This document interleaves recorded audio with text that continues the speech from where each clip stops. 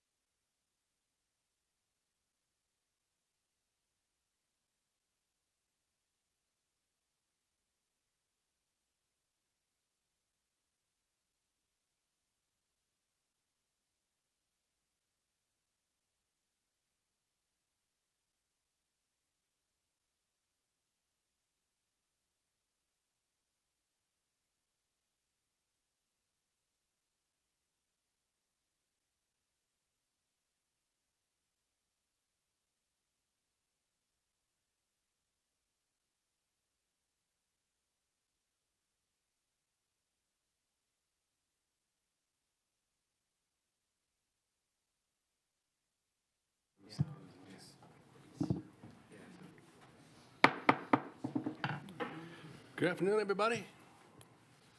It's 2:04, and we will call the meeting, regular Board Trustees meeting for the Washoe County School District to order for June 23rd, 2026. Madam Clerk, can I have the roll call, please? You sure can. Trustee Holt is present. President Mayberry. Here. Trustee Nicolette. Good afternoon. Trustee Phoenix. Is he joining us virtually or? We're having some issues, but yes. Okay. So should I do delayed? Sorry. Trustee Smith. Here. Trustee Westlake. Here. Vice President Woodley. Here. And no student trustee, so. Quorum. Sorry, we have quorum. Sorry, totally distracted. No, thank you, Madam Clerk. No, thank you. Item 1.03 is the Pledge of Allegiance, and the next time this body will meet, we will have celebrated the 250th anniversary of this great nation. So with that in mind, and with the fact that this is the last meeting of Superintendent Ernst, I'd like you to lead us in the Pledge of Allegiance, sir.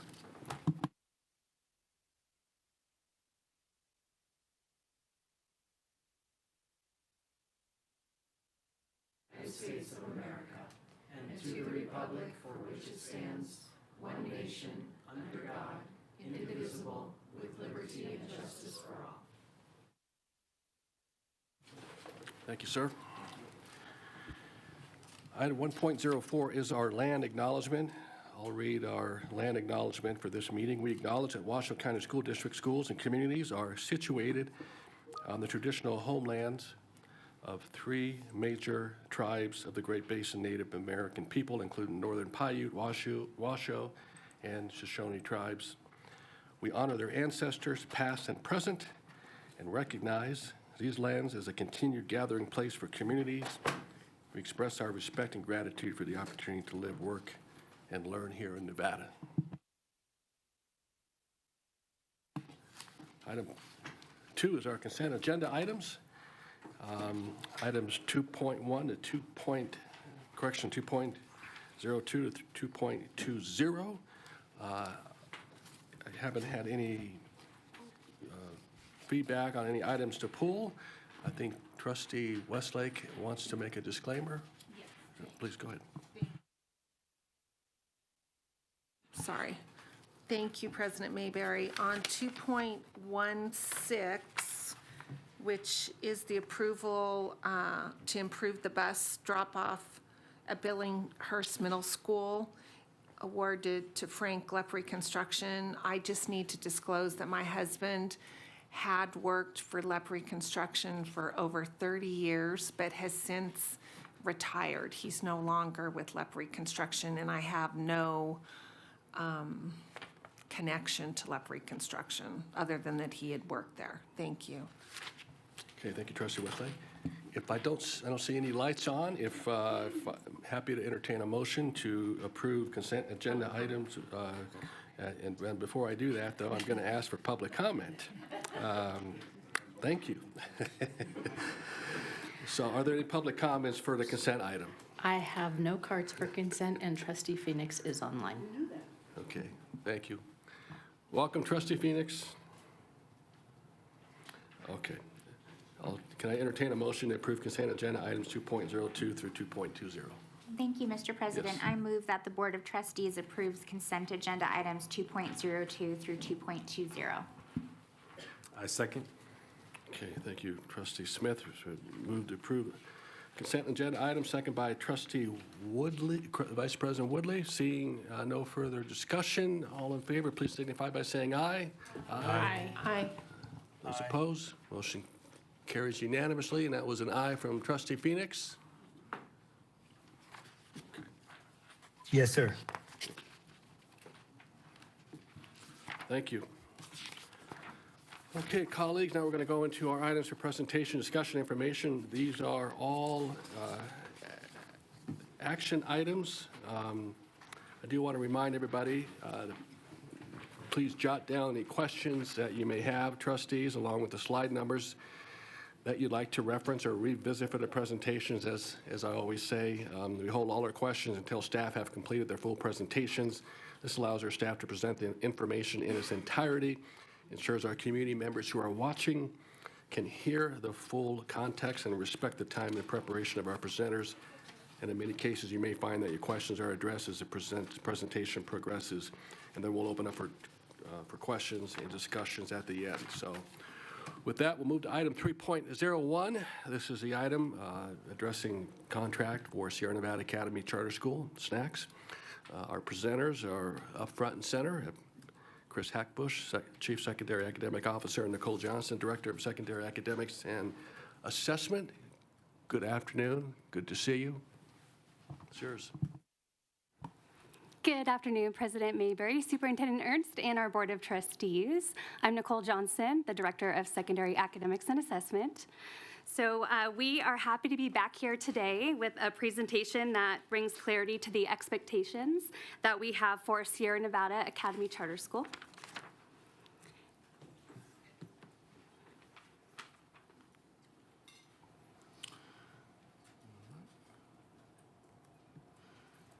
Okay. Good afternoon, Superintendent Ernst, President Mayberry, and Board of Trustees. Chris Hackbush, Chief Academic Officer for Secondary. I wanted to share the actions we've taken since June 9th Board of Trustees meeting on this topic. Staff reviewed the trustees' motion and notes taken during the June 9th, 2026 regular meeting with the Board of Trustees. We also, the academic team, met with the Nevada Charter School Public Affairs and Advocacy Group and the Charter School Association to discuss communication and alignment with Washoe County School District-sponsored charter schools. We consulted with Kyle Kemp from our accountability coordinator, and we developed a 2-star data simulation for snacks, which we'll dive into what that is a little bit later. We met with the legal counsel for snacks and provided a copy of the recharter contract with red line changes. And we met with Dr. Reagan, Executive Director of snacks. So just a quick reminder, the legal requirement, NRS 388A300 and SB 460. So that gives the option as a restart as an alternative to termination. And a restart would go towards a 6-year charter contract. So some of the general support and communication, this is an overview or overall supports that we provide to all of our charter schools. So we do have one charter school liaison, that's Ms. Rochelle Proctor. We provide access to training support and materials through our assessment support department. We have our Washoe County School District, what's called the academies. That is for our site principals and happens about 5 times per year. And other professional learning opportunities are available. We provide support from our special education department, our student enrollment and records, counseling, family school partnerships, the intervention department, school improvement through accountability, and access to ELD programming. We also provide guidance in HR-type matters such as employee compliance, staff management, student health regulations, and emergency services. We provide assistance with grant tracking, state reporting, and annual performance monitoring. And then one of the tasks that Rochelle Proctor, the charter school liaison, does for all of our charters is they do not have access to our district SharePoint. And so what she does is she takes those those documents available through our weekly department connection, which is a communication tool we use as a district. She takes those pertinent documents, converts them all to PDFs, and sends those out to the charters weekly to ensure that communication is updated. Okay, so to establish the goalposts here, our approach was simple. Provide increased clarity of academic expectations and monitoring, clear expectations for timeliness, and the board's consideration to increase the sponsorship fee. So we're going to go through items 1 through 5 and split item 1 up. So this is just an overview. We're going to go a little deeper into each one of these. So we're going to start by looking at performance-based termination provisions that were as part of discussion at the June 9th meeting, and look at the SNACS performance management plan. The other part of the academics piece is 1B, so we set some clear expectations for improvement on the Nevada School Performance Framework, the NSPF, as measured by the index points. The second part is increased monitoring by our district staff. The third, requirement of timely completion of all required deliverables by district staff with no delays during the next 2 years. We'll talk about compliance with all federal, state, and district grant requirements. And then there was discussion of an increase of sponsorship fee to 2%. So diving a little deeper into the parameters around 1A. So what you see there is just a visual representation. You have both of these attachments. So the first one is the Washoe County School District Charter School Performance Framework. This is also referred to as the Charter Annual Monitoring Tool. This tool is used with all of our charter schools, and the expectation is that there is satisfactory compliance in all 3 areas. So we're talking about academics, operation, and financial pieces. And we have a team that looks at each of those sections together. What you see in attachment C is what we discussed last meeting on June 9th. So it's the SNACS Performance Management Plan. This plan is the work that Dr. Reagan and her team and her consultant put in to come up with some action steps to help guide them towards earning the 2 stars. So it's what they feel they need to do as their school site. So these 2 pieces together are worked into the charter contract as performance-based termination provisions. And Chris will go a little bit more into depth on what the exact numbers are with that. Okay, if we go into the student achievement improvements, so improvement is measured by index points, the star rating, on the Nevada School Performance Framework. SNACS must earn a minimum of 27 index points on the NSPF by the end of the 2-year timeframe. We landed on the 27 points with the end in mind. 27 will reach is the bottom of the 2-star rating, okay? That, we went with that versus a 7 to 10 like growth, and we thought that was a little bit more clear, okay? Year 1, we break it down. It's important to understand that September 15th is when we'll get baseline data from our schools. So we will know their baseline data after September 15th. So that's why the clock really starts for the 26-27 school year, and year 2 being the 27-28 school year.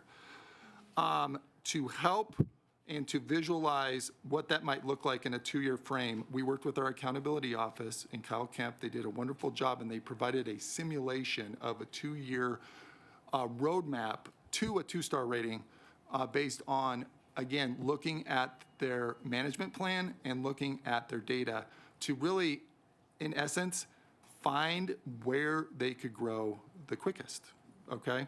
Where is the low-hanging fruit within their data that they can target and focus to reach that? Now, we've done this with our principals in our district with success. We've had over 40 schools grow plus 10 index points in a year. So this is a very attainable goal. I think it's very clear and focused for them. And I applaud our accountability office with the help on in the short-term time frame to make that happen. And I think that's it. Attachment D will have the 2-year simulation graphics for you if you're interested. So those 2 pieces together hit the academic focus that we just talked about, 1A and 1B. So the second part we're looking at is increased monitoring by district staff. And the way we're defining that is in addition to the annual charter school performance framework, which is that attachment B, we are going to conduct 2 additional site visits, so 1 in the fall and 1 in the spring. We will also add bi-monthly check-ins from SNACS to us, and this is where they're going to report progress on what their plan is, the SNACS Performance Management Plan, and again, that's attachment C. And so we're going to look at how they're doing on both of those pieces and provide support and direction if needed to help them attain that 27 index points. Okay, now we're going to shift gears to the deliverables. The required timely completion of deliverables. SNACS shall be in compliance with all required deliverables, and those are defined as compliance with all federal, state, and district grant requirements, deadlines, and timelines, and compliance with any other federal, state, district deadlines or other requirements, including timely completion and submission of requested and required documents and/or information. So to make this more concrete, they would be in breach of this agreement if 3 minor violations or a single material failure were to occur. Minor can be missed, minor are missed district deadlines that are internal, that we are doing for the system in order for us to meet the hard deadlines. Single material failure is missing a hard deadline that is set by the federal government, state, district, and it causes a disruption to Washoe County School District earning, gaining funds, allocations, et cetera. We define the deliverables, clear and fair expectations. There's a clear definition of the minor and single material failures. And again, this is aligned to the language of our agreement and our contract. Okay, that brings us to the 5th part, which was discussion around including an increase of sponsorship fee to 2%. And this is just a quick reminder of the NRS statute that gives this board the ability to do that if you so choose. That brings us to the superintendent's recommendation. And so the recommendation is that the Board of Trustees approves the Restart Charter Contract for Sierra Nevada Academy Charter School, which includes the additions of, and this goes in order of our presentation, so those performance-based termination measures under 1A and 1B, the increased monitoring by district staff, the bi-monthly check-ins, both of those create Section 2 that we discussed earlier, timely completion of all district-required deliverables that hit point 3 and 4 in the presentation, and then a potential increase of the charter sponsorship fee by 0.5% from 1.5% to 2% annually, and that was the 5th part that we discussed. And we are ready for any questions for you. Great presentation. Thank you very much. Outstanding. Any clarifying questions, colleagues? Clerk Cole. I don't have any questions particularly. I just want to say that I appreciate all parties meeting in the end of the school year, during graduations, during finalizing everything and getting this done in 2 weeks' time. I just think that is incredibly commendable.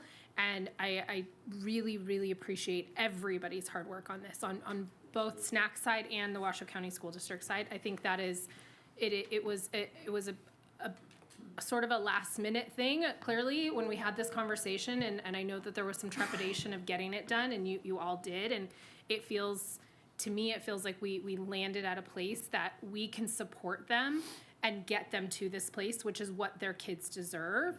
And so I just want to commend you all for doing that. Great job to Snacks. I know there's quite a few friends from Snacks over there, so I just, great job to you guys, and great job to your department and your offices. Thank you. Keith, there aren't any clarifying comments. What I'd like to do is just go to public comment, then we can bring it back for further discussion, deliberation. So as a reminder, comments are limited to 3 minutes and must pertain to the agenda item. If you have comments not on the topic, they can be provided during the general public comment period. Additionally, if you submit a comment to the public comment email address, that would count as your public comment for the agenda item. So JJ, any public comment for item 3.01? Tamara Gavin.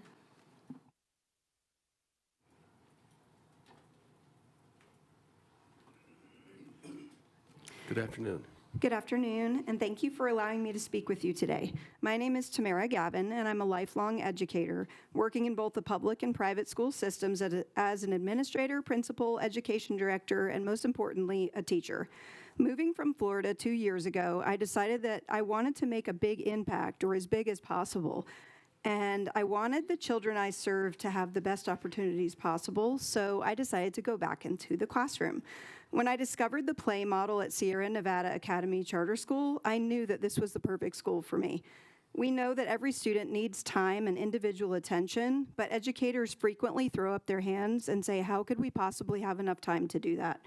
Imagine walking into a classroom and instead of seeing students glued to their chairs, eyes glazed over, listening to a teacher regurgitate their way of learning, while reaching probably only 10% of the students. Now imagine walking into a snacks classroom where the students are engaged, actively choosing what they're learning and how they will deliver it back, and where the teacher spends 95% of the day cycling students through their levels at the teacher center, where they're being instructed at their own levels, have time to connect with the teacher one-on-one, and that's where true relationships and learning occurs. In the time spent together, my students were able to learn at their level, ask questions, and make long-term connections while I was learning equally as much. I learned that a student had just lost a parent, didn't have a stable living condition, and I learned that some just wanted a better life. The depth of understanding that would never be possible at a traditional school, and students that were serving at snacks may never have had a chance. If it weren't for this unique and engaging style of education, they may have been lost. After working with these students for the past 2 years, I was truly astounded at their progress, growing 2 iReady grade levels in 1 year, and even more than that, they were loving learning and wanting to do their best. The students loved the play model and Choice Center so much that we found ourselves accidentally missing recess, and they actually wanted to stay inside and continue working on their centers. Most of my students attend our play-style tutoring sessions, and again, they didn't want to go home because they were truly enjoying learning. During tutoring, I was astonished that an EL student who truly struggled to express himself verbally actually played as the teacher with a group of his peers and led an entire ELA session with perfect intonation.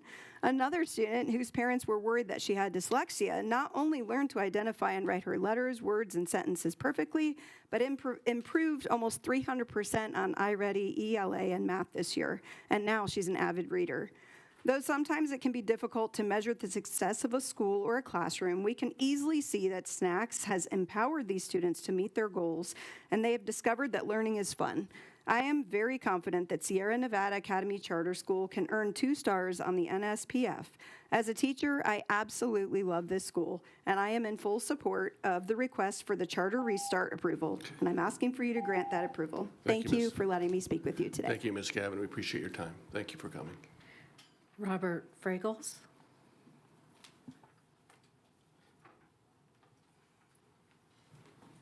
Good afternoon. Good afternoon. President Mayberry, trustees, Superintendent Ernst, and members of the community here, thank you for allowing me to speak with you. I'm Robert Ingalls. I think my handwriting was bad. I'm the Associate Director of Snacks, and I'm proud to share the progress and projections that our school has made over the past 2 years through 3 important indicators. Our iReady academic data shows significant growth from fall to spring for this school year. 30% or more of our students in reading and math moved from a level 1 or 2 proficient in the fall to a level 3 or 4. We've also made tremendous growth this year. 66% of students made a minimum of a grade level of growth in math, and 72% of students made a minimum grade level of growth in reading. This reflects the hard work of our students, teachers, staff, and the changes as we reach for more proficiency. We anticipate continued increases in this performance and measures on the NSPF. Our family engagement survey results more than doubled from 43 responses to 101 responses, providing broader and more representative picture of family perceptions. Families reported improvements in communication, quality of education, relationships, respect, school support, physical safety. Most notably, perceptions of physical safety increased from 76% to 97%, while quality of education increased from 80% to 92%.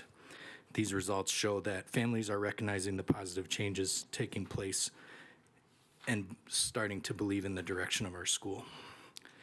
Our discipline data also shows remarkable improvement. Major discipline incidents over the last 2 years reduced from 83 to 16.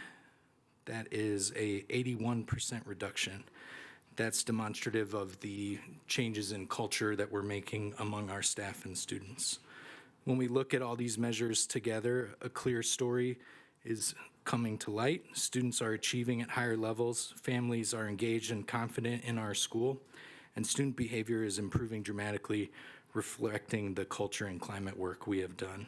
These results are not an accident. They are the outcome of committed staff, supportive families, dedicated district partners, and students who rise to high expectations every day.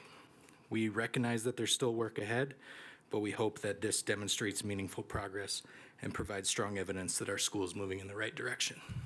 Thank you. Thank you, Mr. Ingalls. Appreciate your time. Eduardo Martinez.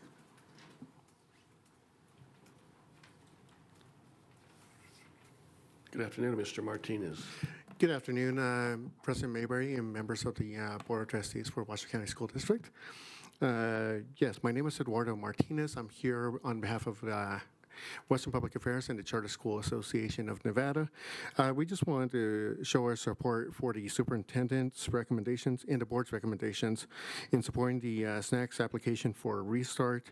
We also want to say we appreciate the opportunity we had to speak with Mr. Hackbush and his team about our members, and look forward to having a open communication with them and being collaborative partners with the school district going forward.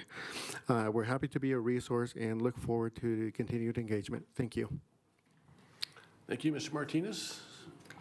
The board received emails from Dr. Kimberly Reagan and William Eaton related to this item. Okay, thank you.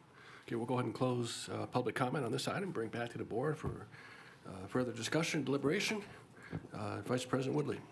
Thank you. I wasn't able to be here for the item at the last meeting. I had to leave early, but I did listen, and there's a lot of good discussion here between my colleagues. You guys did a great job, and I also want to appreciate staff for following up on all that, because just the conversation itself, I was trying to catch it all. So for you guys to catch it all and go back and actually bring it to fruition, this is awesome. This is amazing. Thank you to you, and thank you to Snacks for working with you. And this is great collaborative work. Really appreciate it. Thank you. Thank you. Trustee Nicolette. Thank you. You know, initially, Washoe County School District onboarded charter schools as kind of an incubator so we could learn and grow together. And to that, you mentioned change in culture and climate several times, which is extremely important. In fact, our current superintendent wears his hat on that one because it's so very important. So if you don't mind, I would like to know, when you refer to the change in the culture and the climate, what are you doing that's making a positive change? And I ask very sincerely because I think we could all learn from it.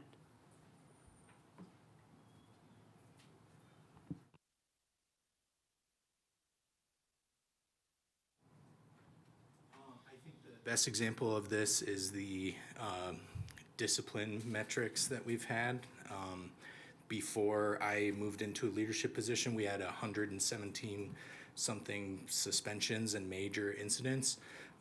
When I came in, we agreed we were going to implement restorative practices as with as much fidelity as possible. We do our best not to suspend unless it's absolutely it's required, or it's pervasive behavior that we need to take that kind of extreme step in. I've been at Snacks for 13 and a half, 14 years now, so I have a relationship with almost every family already, and so that's really a great stepping stone for me being in a leadership position. I feel like I've already kind of gained their trust.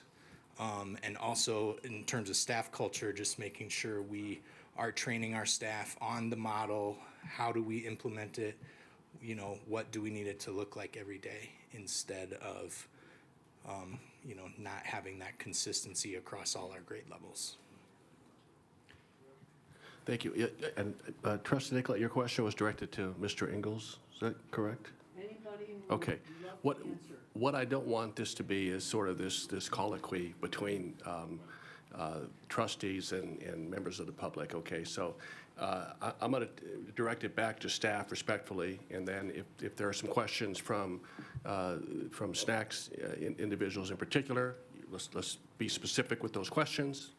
I will ask them to come to the podium, be direct with their response, but I don't want to usurp. I don't want to get engaged in a dialogue. I don't want to usurp what the staff has already done. Okay, so do you have any other questions, Dr. Nicolette? to that, thank you, and I appreciate that approach, I really do, because that could have been lengthy. To the staff that's been working on this, how would you define a change, positive changes in the culture and climate?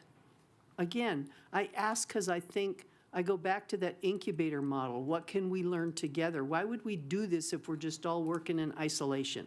So let's learn together. Thank you. Yeah, I'll jump in first on culture and climate. I would say family engagement is key. Clarity of communication, two-way communication with your families, continuity with staff on goals, and approaches to how you communicate with staff, students. So that's what I would say is the first step, is that family. It's a we endeavor, is what I would say. Thank you, Trustee Nicolette. Any other, yes, Trustee Westlake. Thank you, President Mayberry. And this is directed towards staff, but you might need to phone in a friendly from Snacks. At the last meeting, we didn't go into it a lot because there was so much discussion. It was just, you're right, Trustee Woodley, Vice President Woodley. I mean, it was just back and forth, growth, index points, growth. I mean, but I do feel hopeful.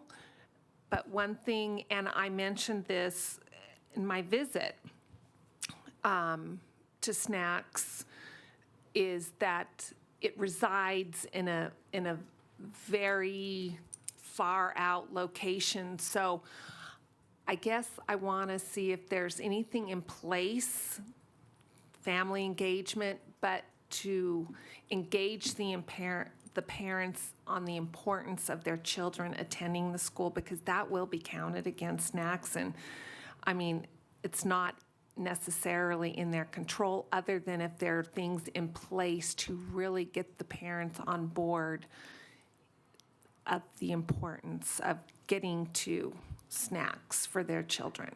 Thanks.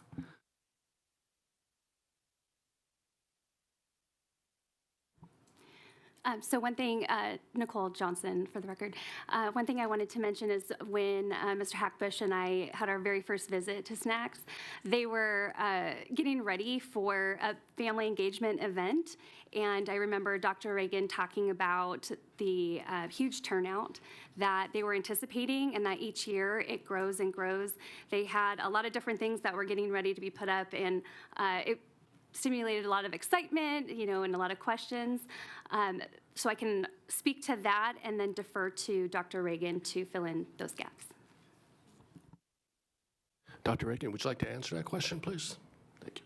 And if I can just have you be short and succinct, please. Yes, of course. So, of course, family engagement is huge for us, and we do have meetings with families about the importance of school and trying to teach them how to help their students at home to support them in school.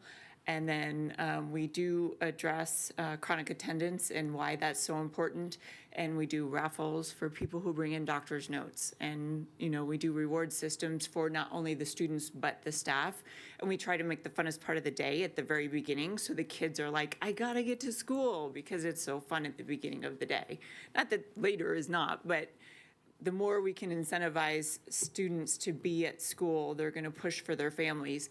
I will tell you, Mr. I, who's sitting here, actually went and changed a tire for a parent on the side of the road because they didn't have a way to get to school and they had a flat tire. So any way that we can engage our families and support them in getting their students to school, we make every effort to do so. Thank you, Dr. Reagan. Any other comments, questions? Okay. I'm happy to entertain a motion. If I may. Vice President Woodley. President Mayberry.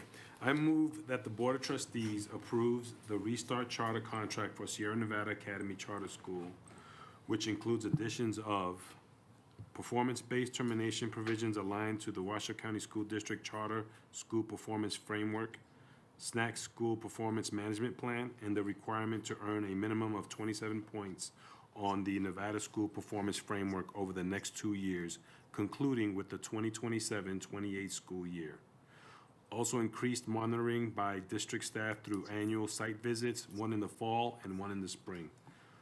Also bi-monthly check-ins from SNACS to the district reporting progress on the SNACS School Performance Management Plan and timely completion of all district-required deliverables and compliance with all federal, state, and distinct grant requirements, and an increase in the charter sponsorship fee by 0.5% from 1.5% to 2.0% annually. I second. Okay, I have a motion on the floor to approve item 3.01 as stated by Vice President Woodley, a second by Trustee Westlake. Any other further questions, comments? Seeing none? Okay. All in favor, please signify by saying aye. Aye. Those opposed? Okay, motion carries unanimously. Congratulations. Thank you, Mr. Hackbush, Ms. Johnson, great work. As Vice President Woodley said, we appreciate the collaboration with SNACS, and to Dr. Reagan and your staff, thank you for your due diligence and working with us. We're rooting for you. Best of luck. Okay, have a wonderful summer. Thank you all.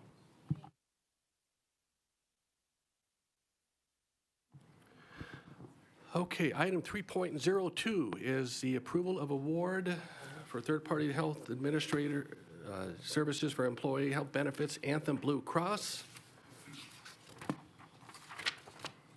Our presenters are Mark Mathers, our Chief Financial Officer, Andrea Sullivan is our Senior Director of Supply Chain Management, and Mackenzie Howen is our Benefits Manager. Good afternoon, welcome. Yeah, thank you. Yeah, you know, do you want to make that disclaimer now? You want to do it? Yeah, you know, we do have some disclaimers to make. I know the General Counsel reached out to all of us, so we'll go ahead and do that now to kind of clear the air, I guess. Let's see a couple lights on. We'll start with Trustee Smith. Thank you, President Mayberry. For the record, I would like to disclose that I participate in the district's health insurance program, which is a benefit available to trustees. While this item relates to a contract for third-party administrator services supporting the district's health insurance plan, my participation in the program is no greater than that of other similarly situated individuals, including employees and other trustees who elect to receive district health insurance coverage. I am able to consider this item fairly and impartially, and my participation in the district's health insurance program will not influence my judgment or decision-making on this matter. Thank you, Trustee Smith. Vice President Woodley. Thank you. I, too, for the record, would like to disclose that I participate in the district's health insurance program, which is a benefit available to trustees. While this item relates to a contract for third-party administrative services supporting the district health insurance plan, my participation in the program is no greater than that of other similarly situated individuals, including employees and other trustees who elect to receive district health insurance coverage. I am able to consider this item fairly and impartially, and my participation in the district health insurance program will not influence my judgment or decision-making on this matter. Thank you. And Trustee Westlake, sure. Thank you.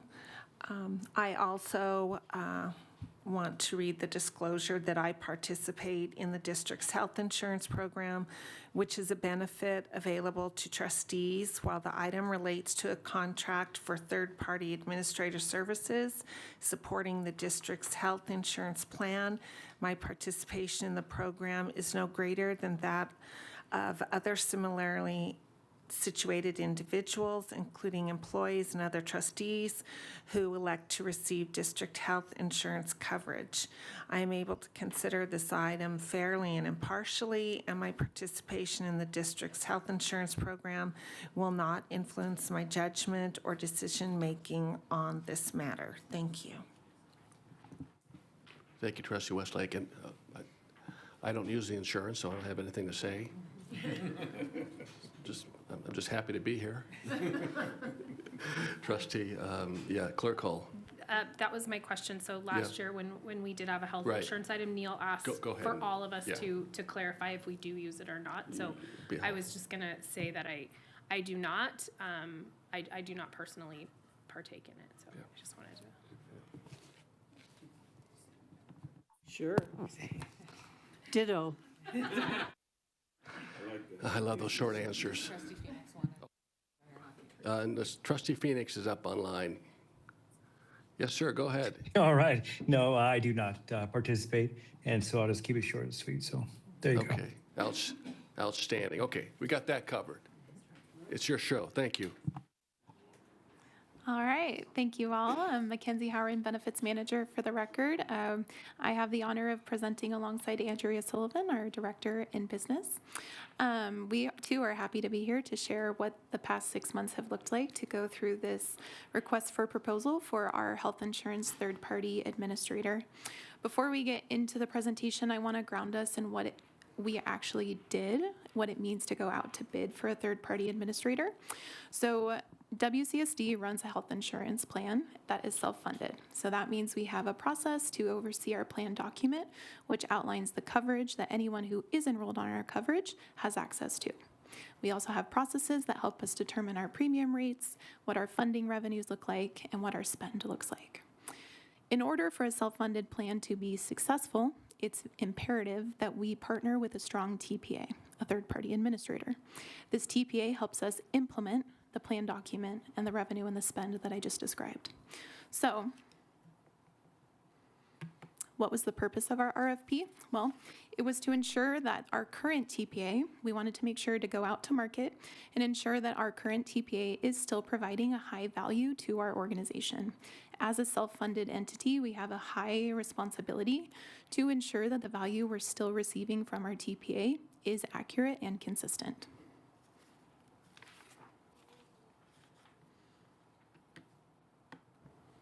Good afternoon, Andrea Sullivan, for the record, Senior Director of Supply Chain Management for the district. Before I walk you through the timeline, I do just want to say, for the record, this was a very thorough, formal RFP process. So this is obviously something that impacts every single staff member in the district, so its impact is far-reaching. We took it very seriously. The process was overseen by the purchasing department. I myself personally was very involved with this, as well as Senior Buyer Lori Ramirez, who did a ton of work for this. So we resourced it appropriately for the impact it has to the district. We also worked very closely, obviously, with Mackenzie Howard and Benefits and with the Chief HR Officer, Doug Owen. We also got a very broad committee because it's so far-reaching.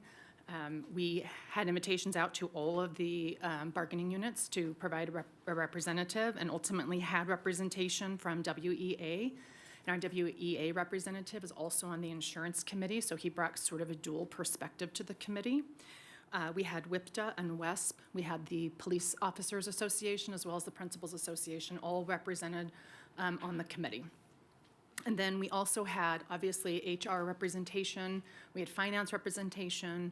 We had legal representation on the committee, as well as an outside member who is a health insurance consultant. And then finally, we also had LP Insurance assisting the whole time. So they are our contracted health insurance broker, and they helped walk us through everything. They helped us with build the scope of work to make sure it was thorough, and they also came to all of our committee meetings, to explain to committee members what they were reading, what it meant, because we're not all insurance experts. So we put a lot of time and energy and thought into this, and I just wanted you to know that because it's such an impactful RFP. So we spent from October to February collaborating between mostly with HR and the LP insurance consultants, but also the purchasing department to build a really strong scope of work. And so we did that from October to February, and then we issued the RFP on the 13th of February. We accepted questions, and we had a lot of questions that we answered via addendum, and then proposals were due on March 13th. We also conducted a committee training because this one's a little bit more technical than some of the other RFPs. So we had a training after the committee members had received their proposals and had started to look through them. We held a little training that was facilitated by Mackenzie and LP Insurance, just to, again, define some terms for them, what a TPA does, what it doesn't do, right? They're not actually providing the health insurance, we're self-insured, but they are providing administration services for it. We let them ask any questions they had at the time, but we just wanted them to feel like going into reading the proposals that they were a little bit more prepared than they were before they started that training. After that was over, they had time to read all of the proposals and came to a committee meeting on the 6th of April. At that meeting, they read or they discussed all of the proposals and ultimately chose their finalists for interviews, and the interviews were held on the 21st of April. And then on May 1st, we issued our letter of intent with our chosen vendor, which was Anthem. We conducted contract negotiations for the month of May, and it took the month of May to do it. I think it ends up being something like a 90-page contract. So we took May to do that, and then we're here today for you to make a final decision. So that's sort of the timeline that we went through. I'll pass it back to Mackenzie.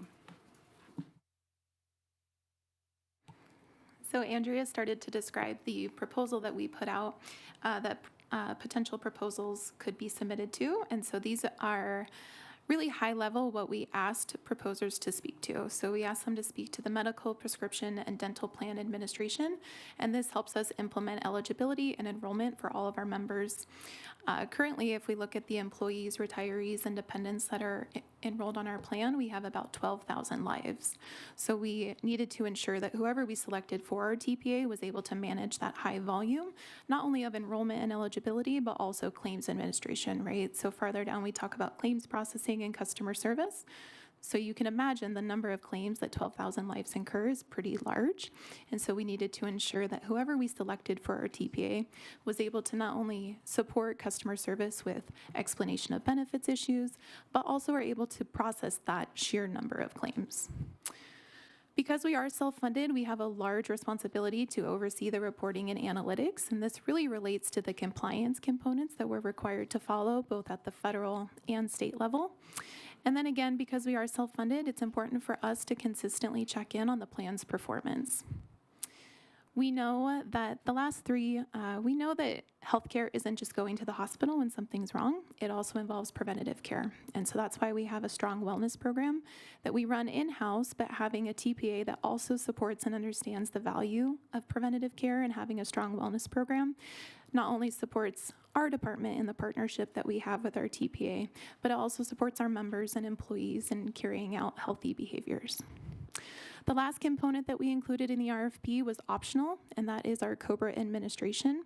So COBRA is a federal law that allows folks whose health insurance has terminated to stay on our plan temporarily. So we included that as an optional to see what it could look like, but it was not required.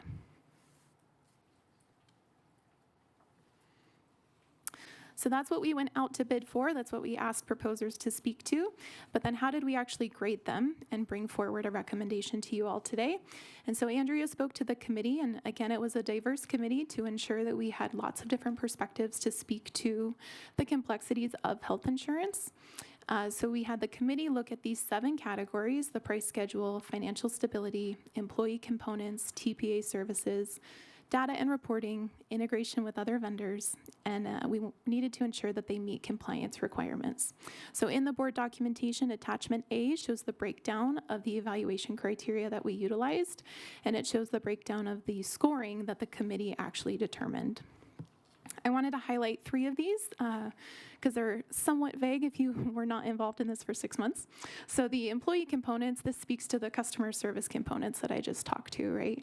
What are the hours of your customer service line? Is there AI support? Is there only a phone number? Can I email you? Things of that nature. The TPA services speak to the partnership. So because it is such a large plan to implement, I am in constant communication and collaboration with our TPA. And so we wanted them to speak to what type of collaboration and partnership they'd be willing to engage with us. And then the last one I wanted to highlight was the integration with other vendors. Because we are bringing forward a 5-year contract today, we wanted to ensure that they were able to integrate with Oracle. That's a large project that HR, IT, and business is taking on, and we would be doing our district a disservice if we did not ensure that they could integrate with Oracle. Okay, we received 4 proposals. You can see who we received from. One of them was determined not to meet the requirements of the RFP because they didn't offer hospital services from all of the Northern Nevada hospitals. And one of the things we learned from the last RFP is how important it was to staff to have some choice. So one of the requirements of this RFP was that they had to have contracts with all the Northern Nevada hospitals, so the Renowns, the St. Mary's, Northern Nevada facilities, Carson Tahoe. So we wanted to make sure that those requirements were met. So one company was found not to meet those. And then we discussed and voted on the other three and decided to bring all three of them back to interviews. Felt like their proposals were strong enough that they were worth bringing on as finalists. We moved them on as finalists, held those meetings, and then ultimately selected Anthem. I do want to give a real big shout out to the committee here.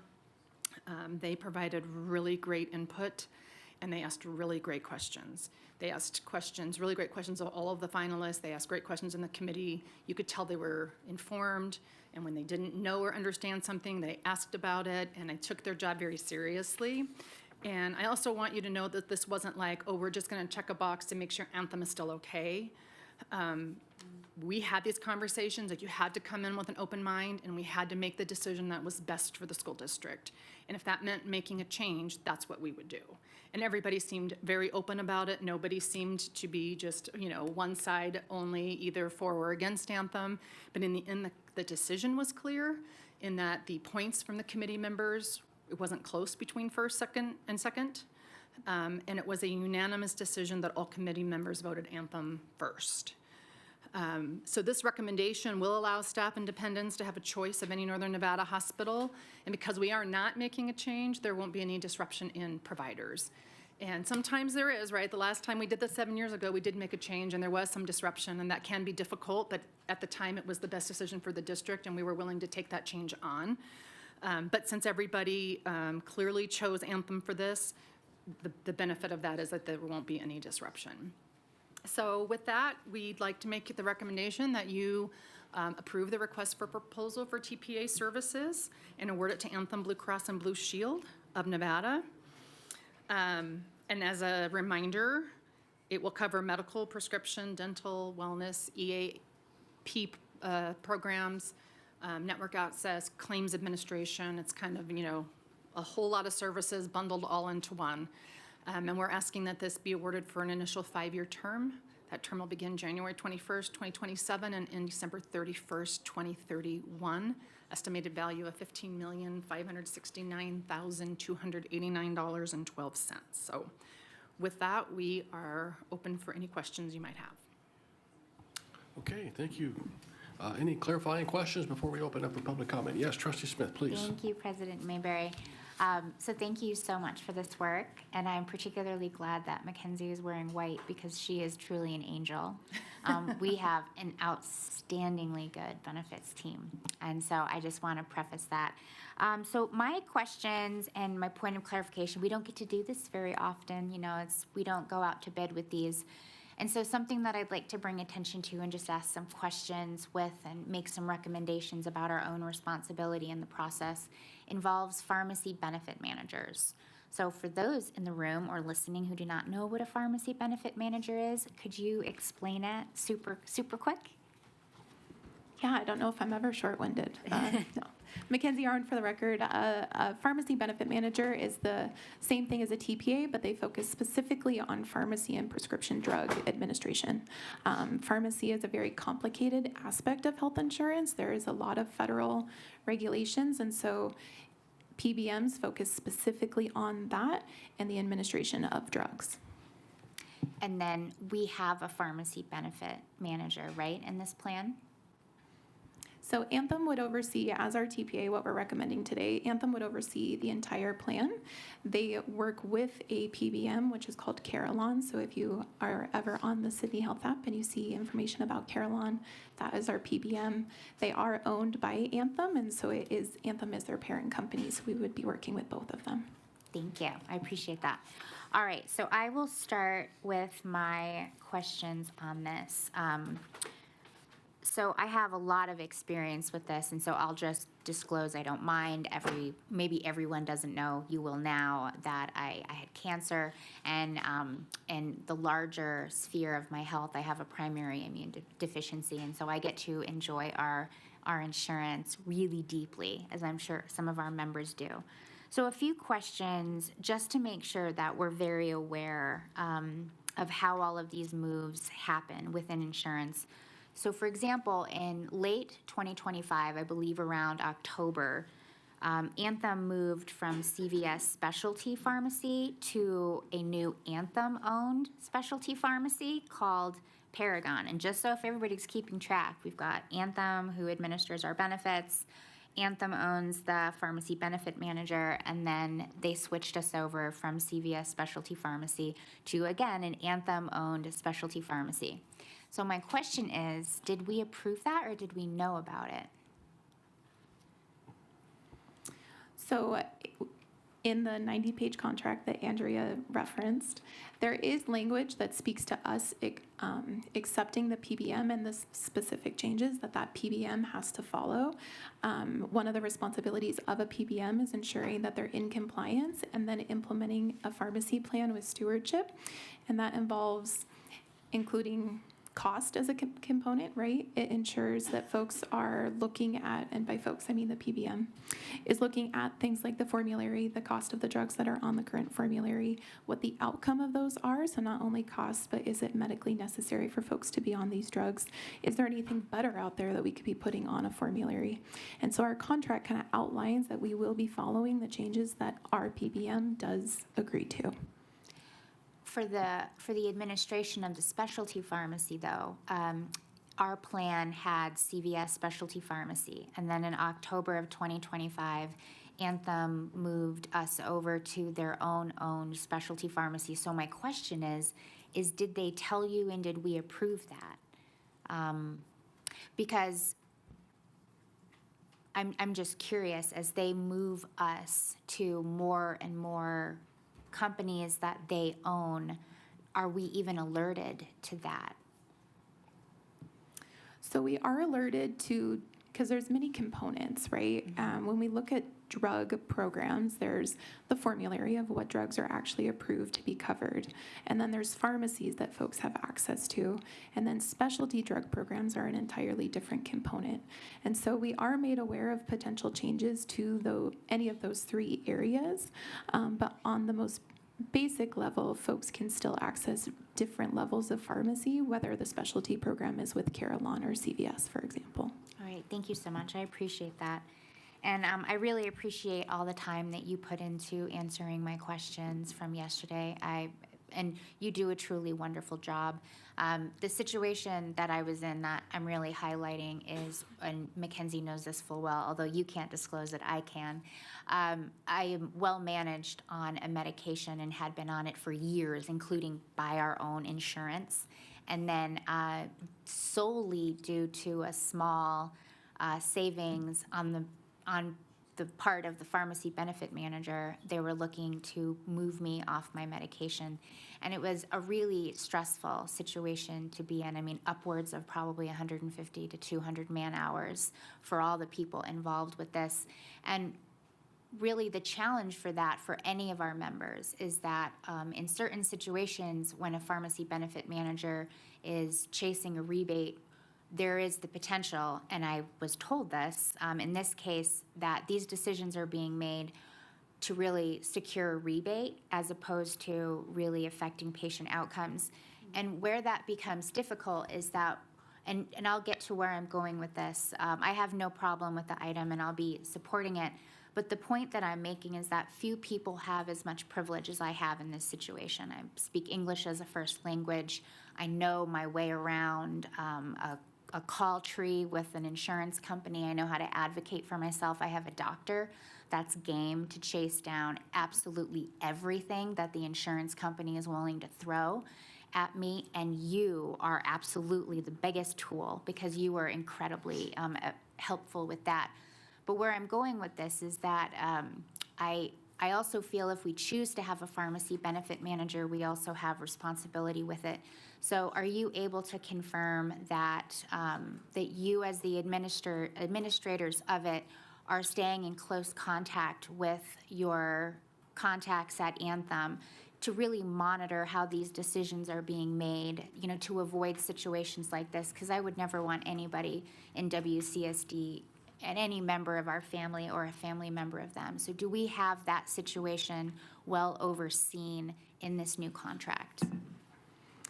I think that, not the difficulties of the situation that you're speaking to, but I think that the process and the partnership that you're speaking to that is required of our benefits department, our TPA, and our PBM are one of the reasons why conducting a formal RFP like this is very healthy to engage in every few years, right?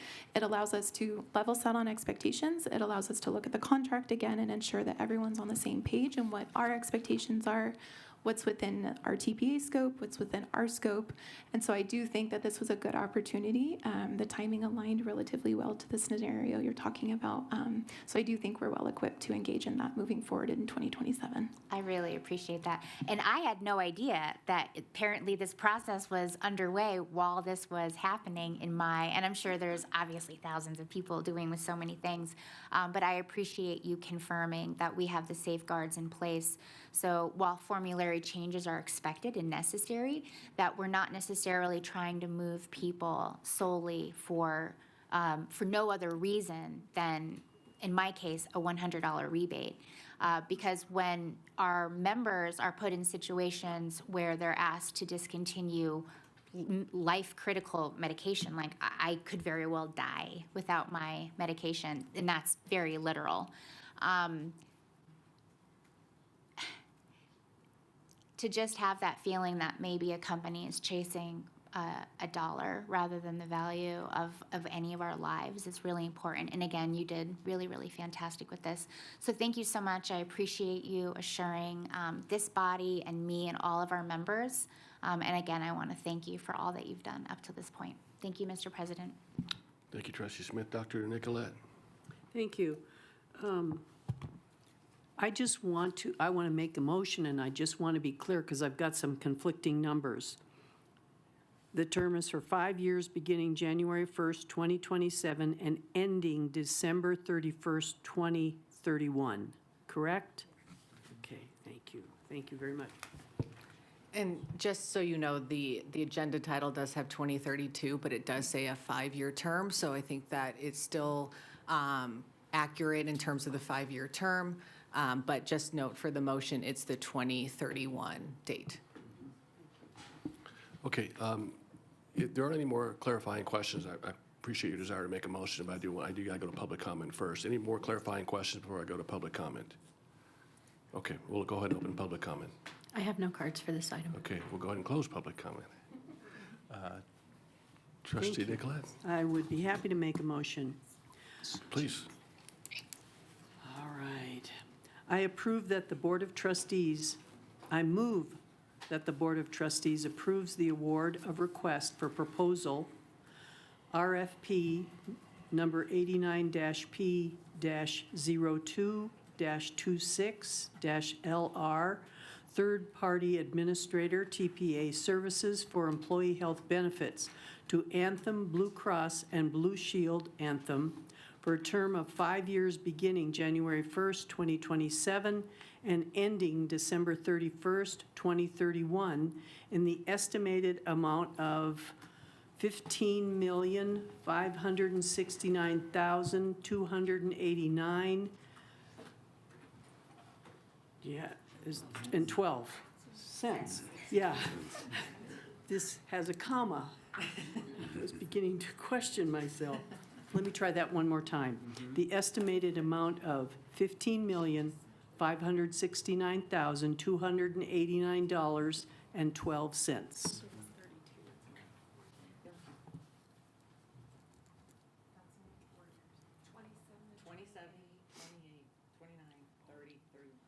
Exactly. Thank you. It only happens like this when it's a January 1st start date and a December 31st end date. Otherwise, There you go. you can add 5, but this is probably the confusion. President, Alex Woodley, second. Okay. Okay, thank you for that. So we got a motion on the floor to approve item 3.02 by trustee Nicolette, a second by Vice President Woodley. Is there any further discussions? Yes, no, okay, very good, all right. Okay, seeing no, we'll go ahead and call for the question. All in favor, please signify by saying aye. Aye. Aye. Trustee Phoenix, are you an affirmative? Yes, affirmative, Okay. aye. All right, all opposed? Motion carries unanimously.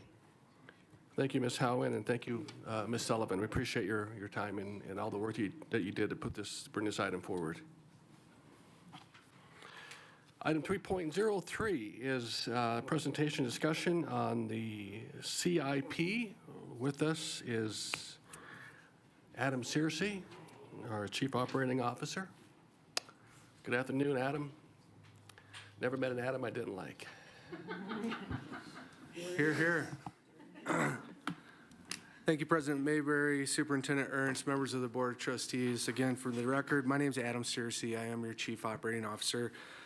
There is no supplemental presentation for this item today because there's no new content to discuss. Just to recap, this same material was presented to the board 2 weeks ago at our June 9th meeting and was approved for consideration by the Capital Funding Protection Committee. Since that time, the Capital Funding Protection Committee met on June 11th, heard and reviewed these same materials, and also approved that content. Their motion was to approve the 10-year CIP and to forward the committee's recommendation to the Board of Trustees for final consideration and possible action. That is where we are today. There's a lot that has been said on this CIP. I won't try to add to that, but I just do feel like it's warranted to remind all of us how much we've learned and how blessed we are to have such a CIP that is more well-funded and which comes with significant responsibility. And just to reiterate that as we work on implementing this plan, how much care we will take to infuse all of those lessons learned and the diligence with which we will execute each and every dollar on each and every project. So that's the process that has taken us to where we are today. And with that, I'll turn it back to the board for consideration. Thank you. Okay, thank you, Mr. Searcy. I'd like to go ahead and go for public comment first, open public comment. I have no cards for Okay, this item. all right, we'll go ahead and close public comment. Bring it back to the board. Are there any clarifying questions? Any further discussion? Should be a pretty straightforward item. Yes, Trustee Smith. No, I'm pretty much ready to make a motion. if there's- Outstanding, please. All right. And prior to saying that, I just want to say thank you so much to staff and for all the voices involved with this. I think it reflects a very rigorous and healthy process, so thank you so much.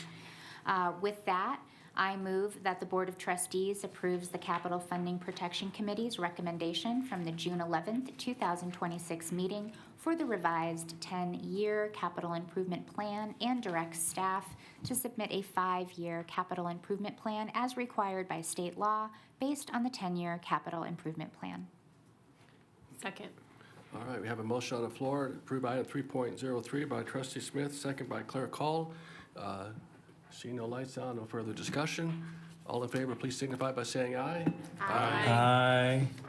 I heard that from Trustee Phoenix. All opposed? All right, motion carries unanimously. Outstanding, thank you very much. Thank you. Moving right along.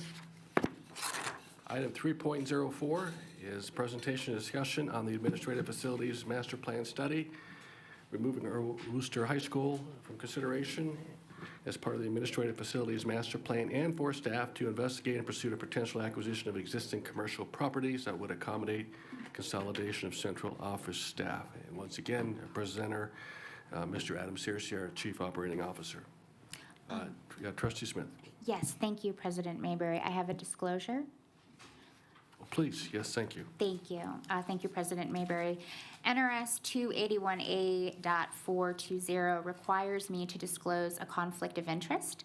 Agenda items 3.04 and 3.05 before this body affect my commitment in a private capacity to the interests of my husband, Sean Smith. Mr. Smith is an independent contractor affiliated with Colliers. Agenda item 3.04 includes discussion and possible action pertaining to the potential acquisition of commercial properties by the Washoe County School District.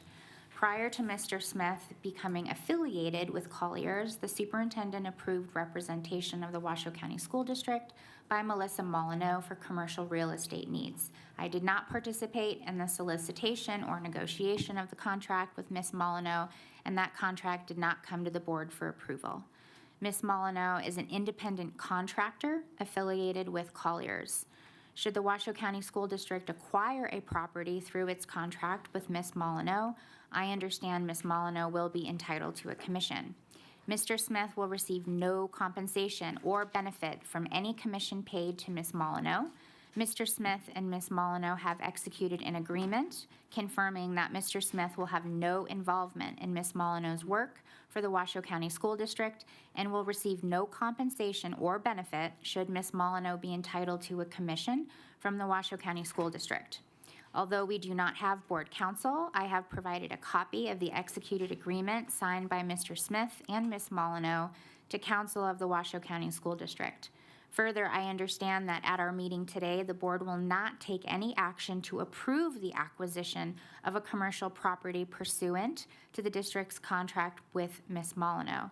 As such, I do not believe that either I or my husband have a pecuniary interest in agenda item 3.04, and I conclude that the independence of judgment of a reasonable person in my situation would not be materially affected by my relationship with Mr. Smith, and because that is not a clear case of a disqualifying conflict of interest, I am going to be participating in and voting on this matter. Thank you for your patience while I read that. You're welcome. I have one for 305 too. Okay, very good. Thank you. No, thank you, Trustee Smith. And just as a reminder, I think this presentation is fairly lengthy, so just allow the presenter to go through the entire presentation, jot down any notes, and note the page numbers, and we'll ask any clarifying questions upon the conclusion. So, Mr. Searcy, it's your show. Very well, thank you, sir. Again, Adam Searcy for the record, and I will appreciate your patience with this lengthy presentation. It's been a while since we were before the board talking publicly about this important work, so I do want to give some of this content a little bit more airtime. This particular presentation was posted, as you may recall, associated with the documents ahead of the May 12th board meeting. It was pulled from the agenda and not publicly discussed or presented, so looking forward to this afternoon's item.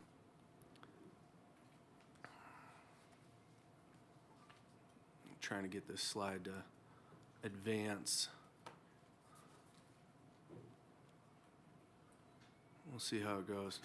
Now it's catching up.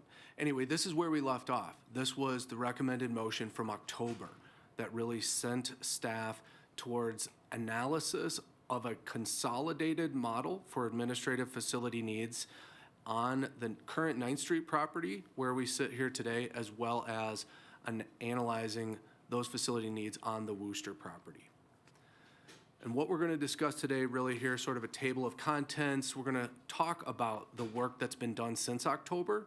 We're going to talk about the resources available with which to actually complete that type of an AFMP, Administrative Facilities Master Plan, the resources available to complete that work, and what a more detailed look at the solution might be. So again, not to bury the lead, obviously it was telegraphed in the agenda title, but what we are here to recommend is that the Worcester property be removed from future consideration for the purposes of an admin building, to acknowledge and recalibrate our approach with respect to the changing realities, namely the available resources towards the solutions and needs of the AFMP, and then talking about what options may be available to us. Again, just a refresher, I think it's very important frequently to uplift and consistently reestablish the need, the true need for this work and the benefit to our classrooms and our schools that a well-executed administrative facilities master plan could create. This, I think, is a complex and telling graphic trying to illustrate how we have been investing in our schools for a decade since WC1 has passed, that we have been executing and implementing our FMP for several years now, and that now we are studying the needs and potential solutions associated with our administrative facilities. There's competing interest and pressures on this, but ultimately recognizing that there is a significant need that directly affects our ability to serve our core mission. So starting, kind of from the beginning, of course, our district and our organization and our community has outgrown the facilities needed to serve our schools, and those facilities have outlived their useful life as well. We've seen this slide before. 9th Street, most of you are familiar with this property, but I do feel like it bears highlighting just the intensity of the facility deficit, we kind of call it in the condition. It's not just, the leaking roofs and the poorly functioning HVAC systems, but it's the lack of access to daylight and the lack of welcoming spaces that affect the human condition and affect the efficacy of the humans who serve our schools on a daily basis here. Those are images from the 9th Street property where we are today, where hundreds of professionals work on a daily basis in service to our schools and students. These are images from other administrative facilities from across the district, leased spaces, clearly poorly suited for the mission that these professionals are charged with serving. We saw this graphic excerpt last board meeting as well. Again, really highlighting the disconnected, disjointed nature of our department's organization and why it matters. I think that is really the punchline. I won't read all of those talking points to you, but I think each and every one of them are powerful and deeply true. That's the why behind what we're trying to address here through this study. The objectives, the what will we expect and hope for should we successfully execute this, are listed on this slide. Operational improvements, of course, more efficiency, more timely and effective decision-making. Financial stewardship, yes, this of course is going to entail a significant one-time investment, but it will also achieve efficiencies on the general fund side should we execute this properly. And then, of course, arguably most importantly, organizational efficacy, our ability to get the right people in the right of adjacency to each other so that we can serve our schools more effectively, more efficiently, and that we can serve our community more effectively and more efficiently. These are the high-level objectives. And then last but not least, kind of on this point, we want to highlight that it's not just about finding the location, it's also about creating the spaces. We can fill, a warehouse with cubicles and suit the needs of 400 positions and whatnot. But really how we design these spaces for the collaboration and the different functions that these departments serve is going to be a big part of the ultimate plan, the AFMP. So somewhat agnostic to the site location, ultimately how we bring that facility to life will also significantly influence how successful this change may be. So again, back to October, we saw graphics that looked similar to this. The board ultimately agreed with the recommendation that a consolidated model would be the best fit for the district. But today we're going to dive into more depth regarding what these satellite facilities, where they may actually be a part of an optimal solution rather than one giant headquarters. Some of those current sites are listed on this slide: the Huffaker Maintenance Center, the Brown Center. These are former school buildings that are today and have for many years been utilized effectively as central admin office spaces. Also Edison, of course, off adjacent to AACT. That's where we were in October, just really at a high-level view, talking about a consolidated admin facility. And today, again, we're going to talk in more nuance about what does that mean. Obviously, sort of a Goldilocks slide here, under consolidation that perpetuates structural inefficiencies, over consolidation that results in unnecessary construction costs and perhaps even inefficiencies as well.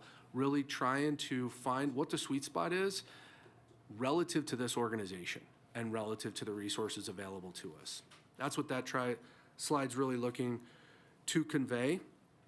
And then again, emphasizing sort of the must-haves, the criteria that are driving this conversation. Today, we spend considerable funds out of the general fund to lease office space over off of Riggins Court that many of you are familiar with, important services provided out of that location. That must end at the successful conclusion of an AFMP project. Of course, the 9th Street property, these buildings, again, have outlived their useful life, so want to kind of put that out up front. We're not looking at modernization of 9th Street as a part of this consideration. If we're going to do this, we're going to do this the right way. Department reunification. So just fundamentally, we've got a single department, you name it, they are in many instances dislocated from one another across a single department. That needs to end at the conclusion of any implementation here. And then today we're going to talk more about organizational clusters. You think about departments, you think about complementary departments. These are different departments, but they're siblings. Which departments want and need to be most proximal to each other? We're exploring that in more depth and figuring out who needs to live where and next to whom. And then, as I mentioned before, that design component, the real next step, bringing this to life in a way that's truly effective. That's kind of the background, folks. Speeding through this, this is, again, where we left off in October. Having explored all district-owned properties, including schools, and landing with the board on a deeper analysis associated with the 9th Street property and the Wooster property. Since that time, the team with Blue Cottage of Cannon Design and many others in the capital projects team, as well as others on the district leadership admin team, have helped facilitate this work, including in-person interviews, electronic surveys, and other engagement methods across many, many individuals who serve our district from the central office, including many of our Board of Trustees who we've interacted with as stakeholders in a very unique way in this, on this project. Both on 9th Street and also at Wooster, we're going to show in a little bit more depth how the team engaged with students, staff, and community members associated with the Wooster community. Many of these questions started with some of these fundamental must-haves. You know, could we execute the construction of a new admin building on this current 9th Street property while still maintaining the important work that goes on every day on this property? Similarly, could we build a new admin facility on the Wooster campus while maintaining active school operations on that campus? The answers to those questions were a qualified yes if. So of course, not of course, as you can imagine, on the 9th Street property, it is possible with some serious ifs. You know, there will be some very careful planning necessary, some interim mitigating actions. Parking, of course, would be significantly disrupted, but the answer was yes. If we address this carefully and thoughtfully, we could build a new admin facility on this property while effectively maintaining operations on this campus. Somewhat similarly, we asked those same questions of students you can see in these images and staff we engaged with directly on their campus. What would it look like to build a new administrative facility on the Wooster campus in tandem with major improvements to the Wooster High School campus? What about traffic? What about parking? Not only during construction, but once both facilities are up to full operational status, how would those two different functions coexist on a similar property?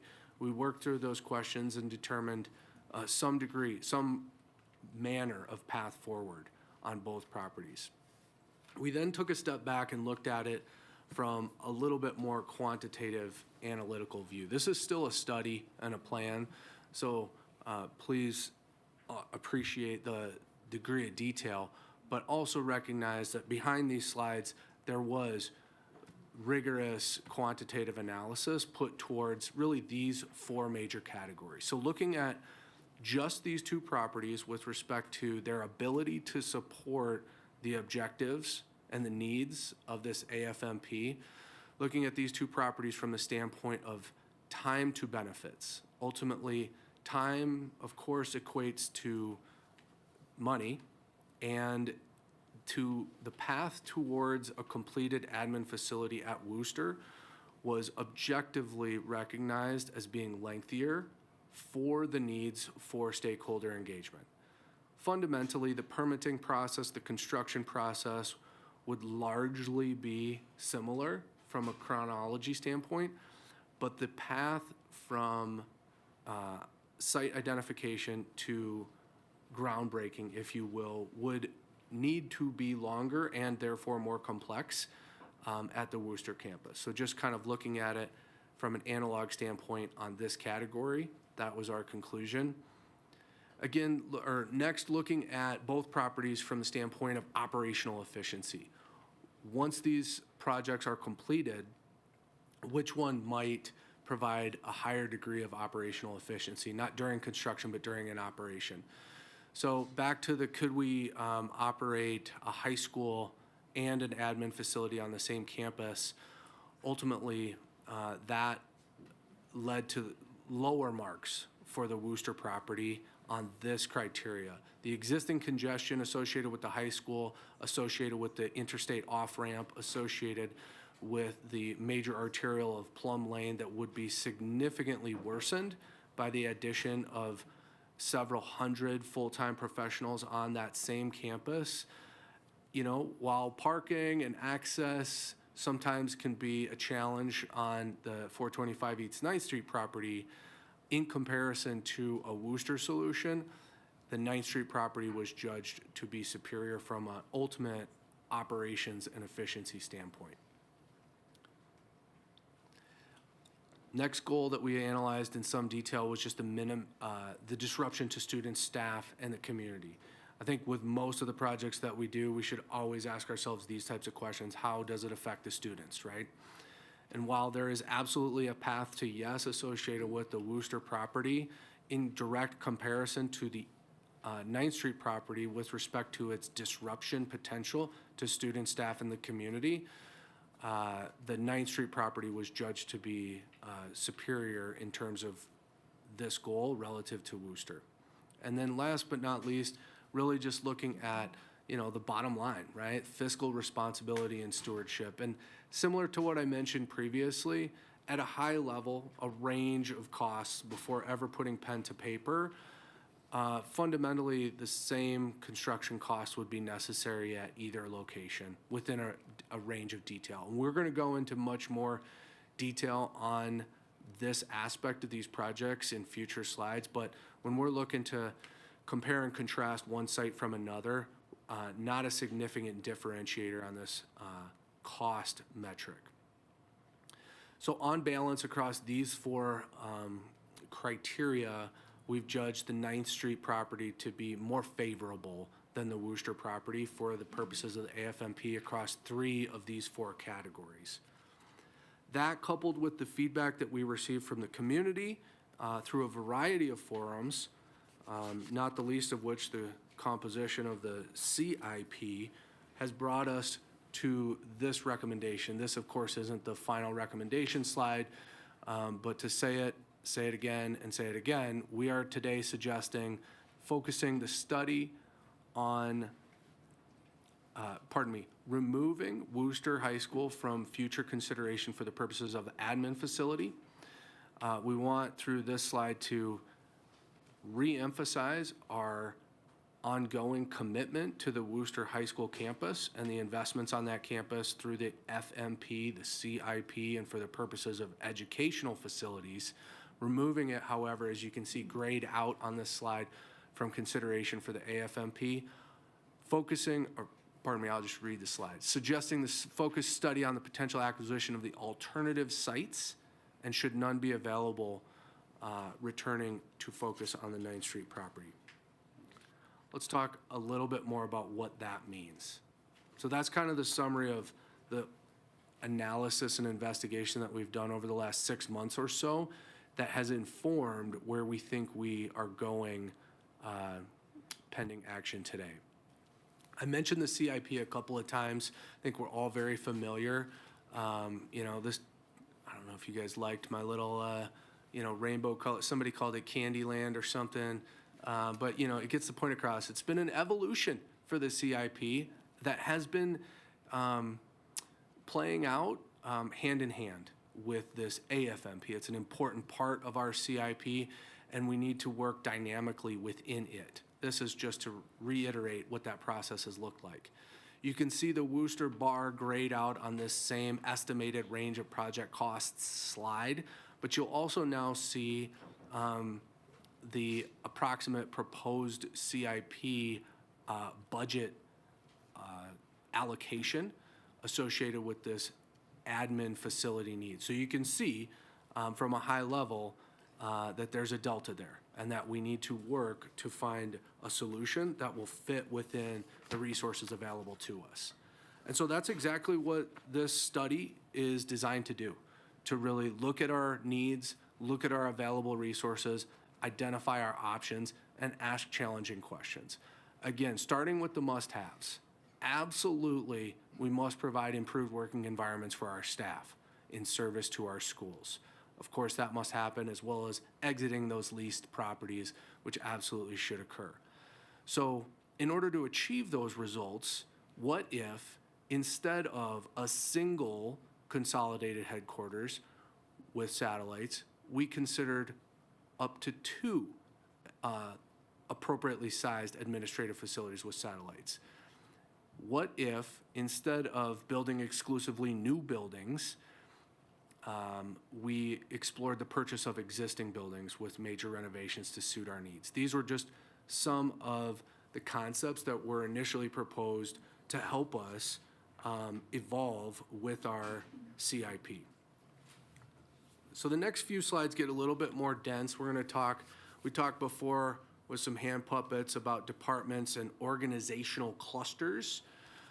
This is getting into a little bit more detail as far as what that means. So the condition on the left-hand side represents our existing state with those little colored rectangle blocks representing essentially departments that are appropriately sized relative to their population, or, you know, total number of staff, shaded with respect to their sort of departmental affinities, their organizational clusters. And you can see different colors spread out across different groupings or different, that's where I'm talking about departmental dislocation, where I've got groups within the same department occupying different buildings. You're all familiar with those specific buildings. And that's, again, the existing state. This is an expanded level of detail back to that Goldilocks bar graph. We've got over consolidation, we've got under consolidation. We want to find what's just right for us. So over consolidation illustrated on this graphic, of course, every single person in the central admin facilities in the same building, not necessary, not perhaps ideal for a variety of reasons. So let's look at what we're really working with and figure out ways to reorganize our departments and our organizational clusters in the ways that improve outcomes for the district and for our schools, and then work on how to bring those solutions to life in terms of actual facilities. The next slide goes into a little bit more granularity with this concept. So on a scenario, the right-hand side, a recommended consolidation where we retain Edison, retain the Brown Center perhaps, but either purchase or construct a single 150,000 or so square foot building that would house all of those departments and others, or one on the left-hand side that uses up to 5 sites with 2 sort of complementary headquarters, but occupied or populated with these organizational clusters. You can see all of those different departments that are very much interacting with each other on a very complementary basis in the academics organizational cluster, as well as the many other departments, strategic leadership, school police, operations, business, grants, all of those departments, as well as the Board of Trustees, would conceivably be co-located in a secondary building. So these are the concepts that we began exploring, both organizationally, as I've been describing, but also more physically and literally, as illustrated on these slides. So, okay, these are neat ideas, but again, we're trying to evolve with our CIP, which constrains our available resources. This is a nice idea, but it only does so much good if I can't necessarily afford it. And in order to achieve that, we began exploring existing commercial real estate properties across the region. Now, just for a baseline scenario, the column on the left represents kind of the one headquarters new construction scenario.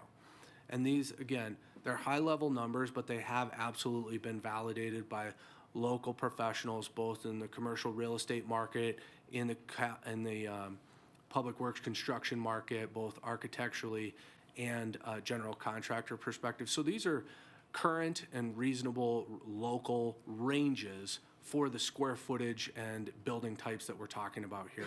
And you can see, while there are ranges and contingencies associated with this, the construction of a 150,000 square foot new building is significantly beyond the $100 million resource level that's been approved in the CIP.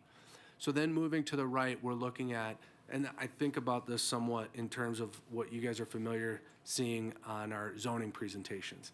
Well, we'll look at one option and show the combination option this way, and then still another permutation of that option. So we've got two buildings in the mixed approach. One is a new build, and one is the acquisition of a vacant commercial building.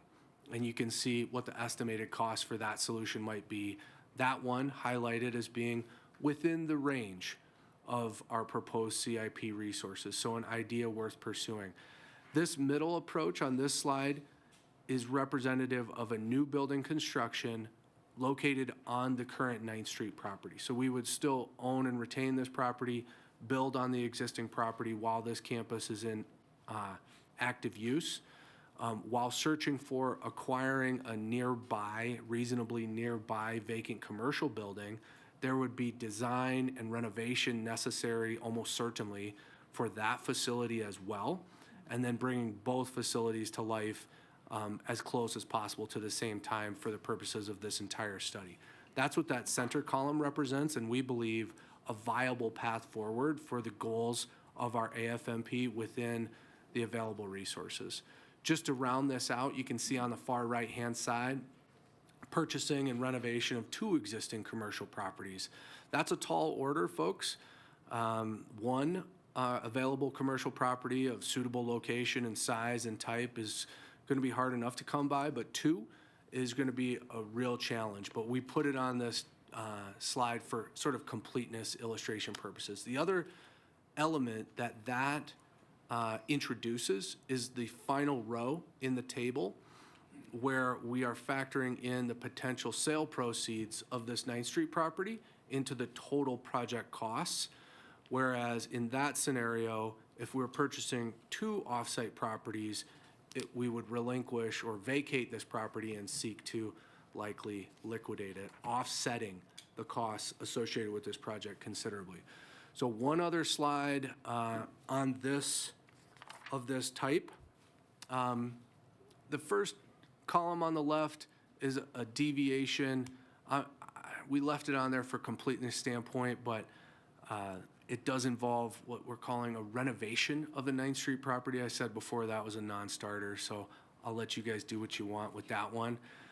The mixed approach in the center involves building a new 70,000 square foot building off-site, as well as acquiring a vacant commercial property off-site. That too would result in us vacating this property, and that's why you see the potential sale proceeds of this property being included in the total project balance representing that a solution that looks like that could reasonably fit within our available resources of the CIP and achieve the objectives of the organizational improvement purported by the AFMP.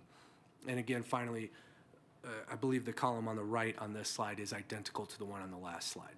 It's really that center slide that I wanted to draw your attention to, as again, opening up this 9th Street property for potential repurposing.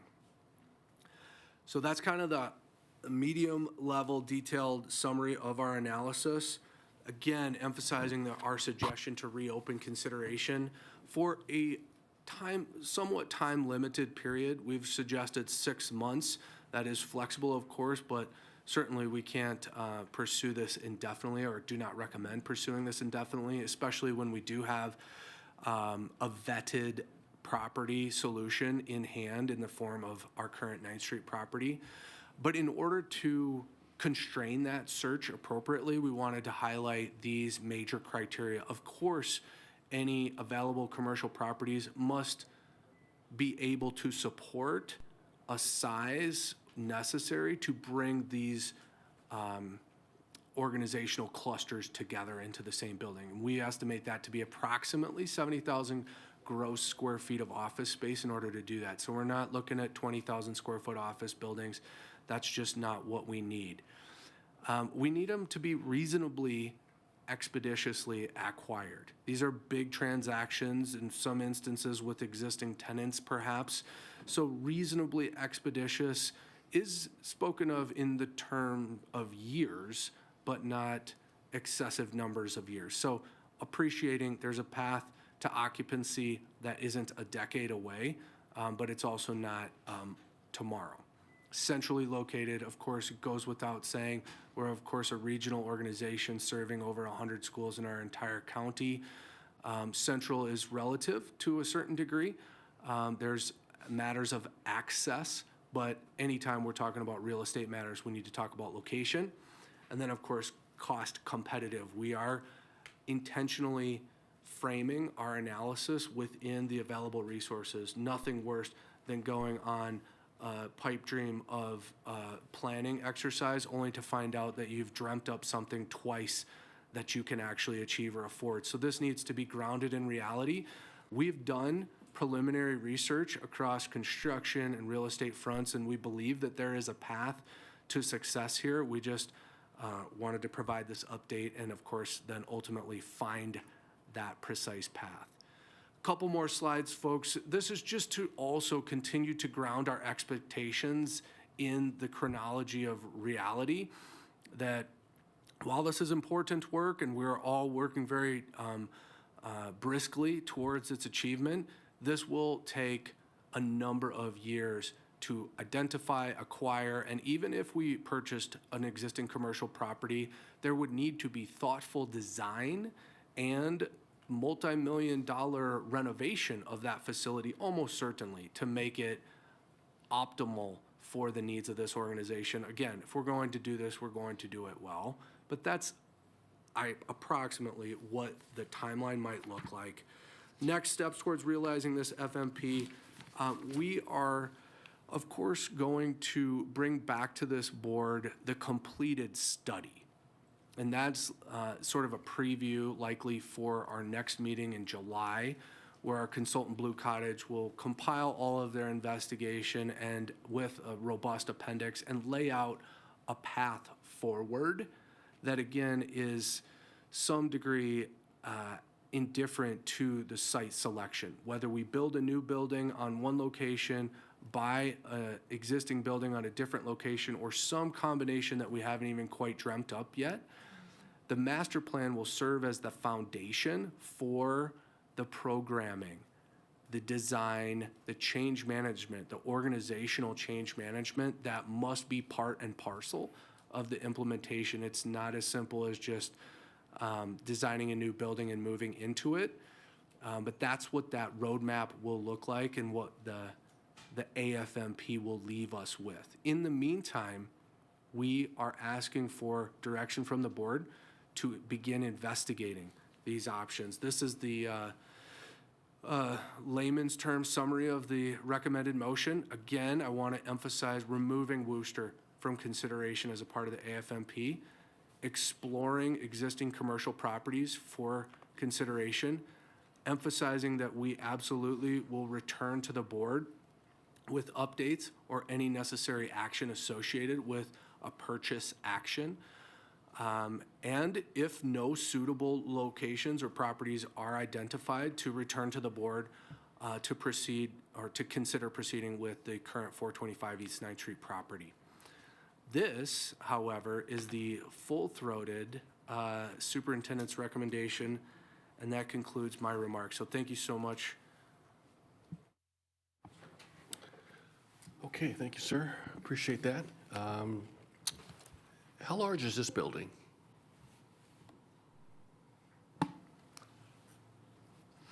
I want to say the combined square footage is in the vicinity of 75,000 square feet total. Okay, close enough. Okay, thank you. Colleagues, any clarifying questions before we go to public comment? Then we'll begin to deliberate and have further discussion. Okay, seeing none, let's just do that. Let's go to public comment. Gina Paroli.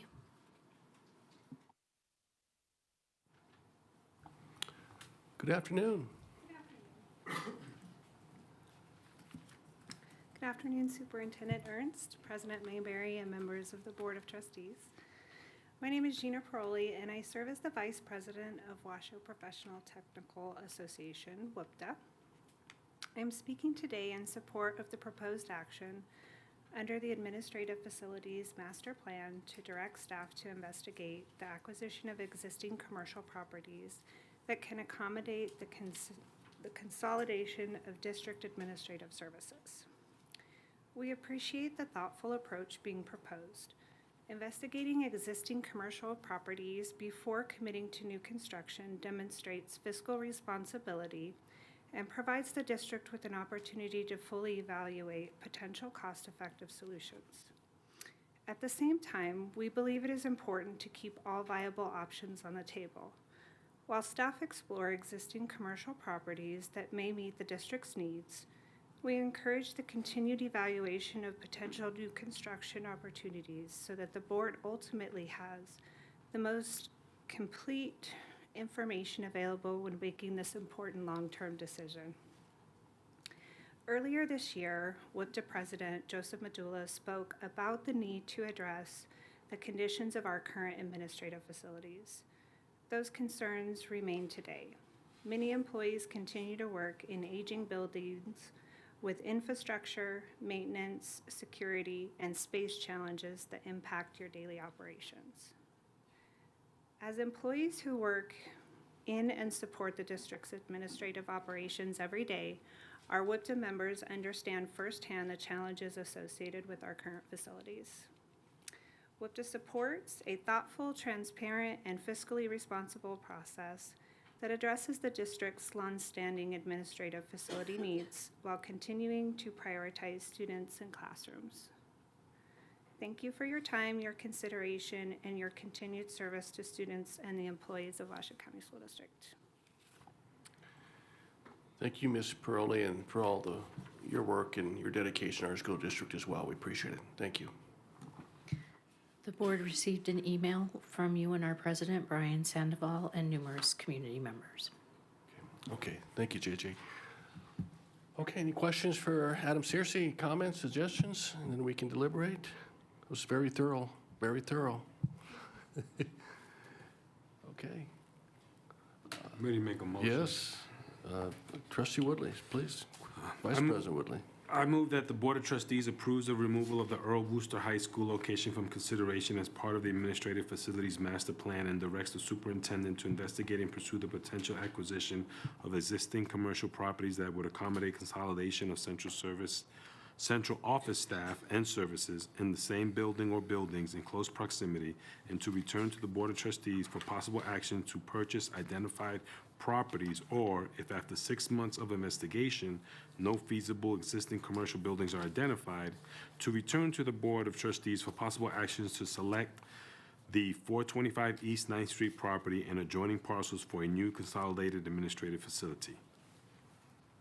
Second.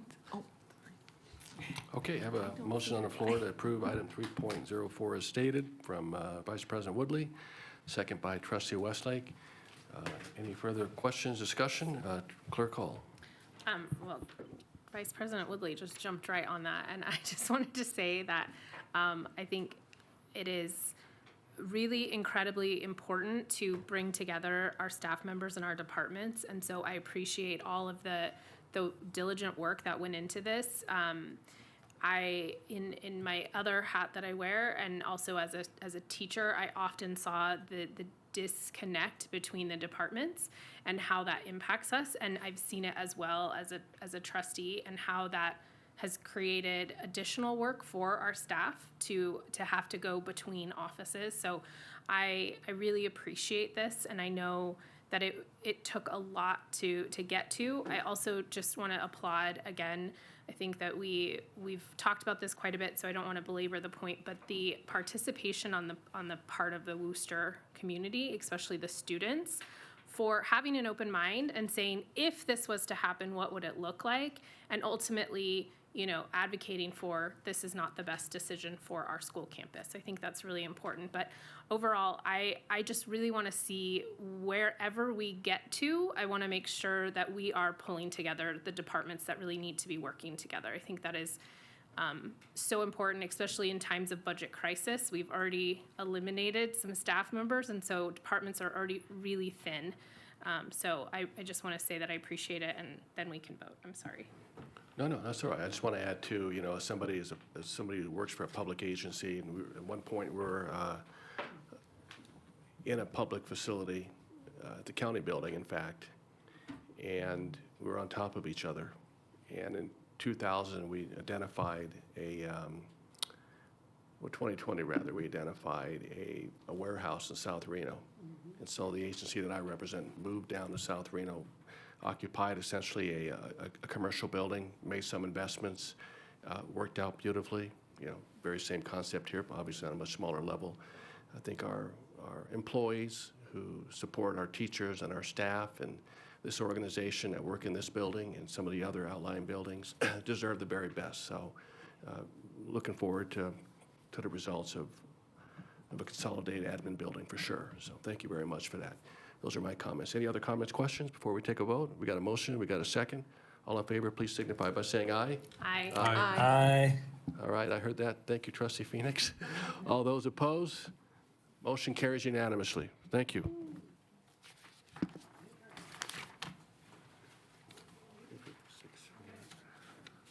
Yeah, I was just going to say, we've been at this for a while. What I'd like to do, we have 3 items left. I would like to just recess for about 10 minutes, if we may, kind of stretch, and those in the audience can just bear with us, and we'll be back in about 10 minutes, and we've got about 90 minutes left, I think, of the meeting. So I hope, knock on wood. Thank you. We'll recess for 10 minutes.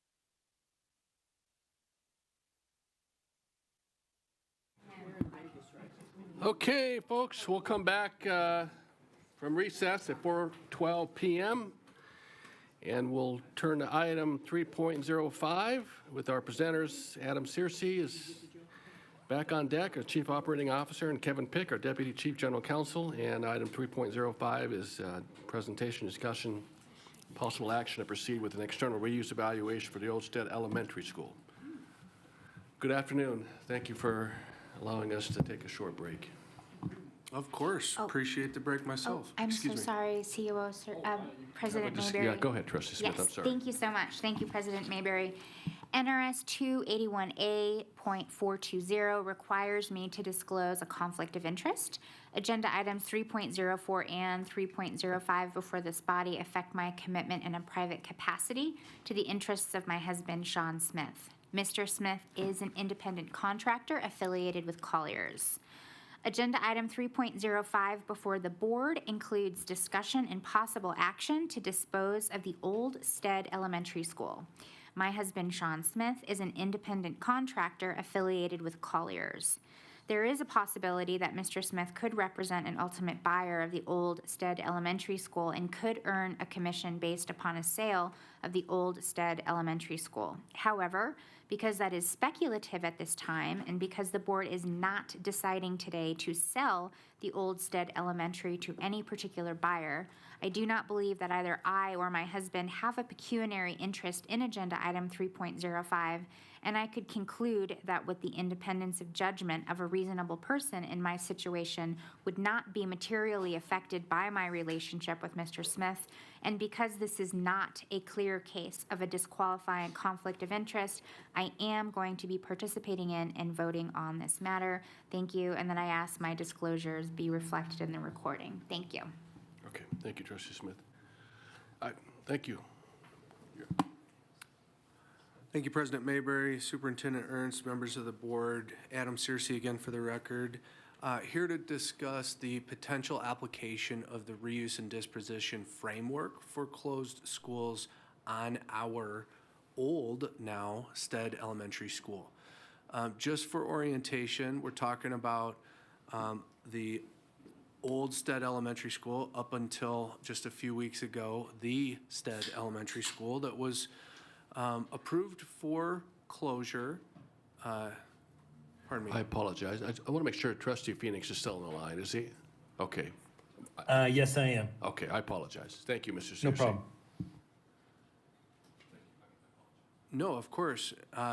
I believe Trustee Phoenix may be somewhere in the crowd in that image. We'll just use that as a segue. He may be. To the wonderful farewell event. The Stead Sunset is what that image was taken from. It was a lovely event and cathartic for that community as they close one chapter in the history of that school community and look to open a new one just a few blocks away, as illustrated in that other graphic, recognizing the parcel just nearby where we are constructing a new elementary school and will open that school in just a few weeks. Associated with that process, in addition to the board action to cause the school to close, the Zoning Advisory Committee reviewed any potential zoning or enrollment boundary changes and elected not to make any enrollment boundary adjustments ahead of the opening of the new school. So pretty linearly a replacement of the existing school, just rather than on the existing property, just on a different property down the street. So that's really where we are today. And it begs then the application of Board Policy 7086. We'll talk about how that has formed the basis for the repurposing framework. But really important, I think, that we early and often re-emphasize the five primary pillars of the board policy, which initially require analysis around internal district reuse. Of course, if we still need the property for some other purpose than a school, that should be considered first. And if not, then that the staff and community consider it for external reuse. That was the board policy approved earlier in 2025 that served as the foundation for the recently approved in late April repurposing framework. So in applying the repurposing framework to this now closed elementary school, it requires that staff, as I described, analyze the property for internal reuse, and if none is identified, move to request approval from the board to explore external reuse options. So in order to do that, the process also prescribes that an independent steering panel must be convened for a breadth of opinions and documentation of that initial analysis, and that any recommendation of that panel flow through the superintendent to the board. Really, that's the outline of the process that the framework prescribes, and that's the process that was applied in this instance. So here we are, a little bit more detailed discussion of how that process was applied. Initially, staff's analysis of existing program needs. I intentionally included several existing programs and space needs that are well known to the district and that were documented and considered as a part of this internal reuse evaluation. We'll talk in a moment about why those were not identified as warranting the reactivation of this property for the purposes of those programs.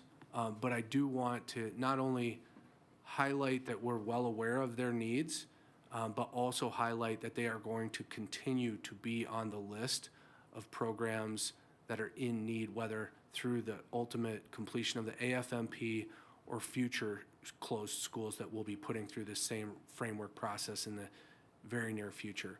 We're also considering enrollment projection needs.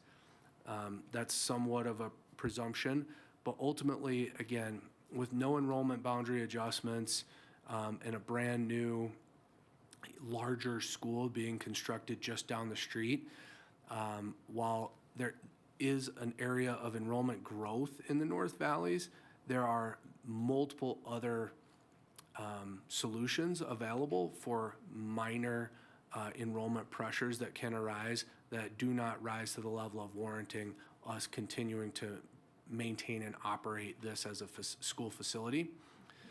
And then finally, we issued basically an internal reuse survey or an opportunity for departmental leads across the district to submit programmatic requests for consideration. New or expanded programs as a part of this framework need to go through the annual budget process.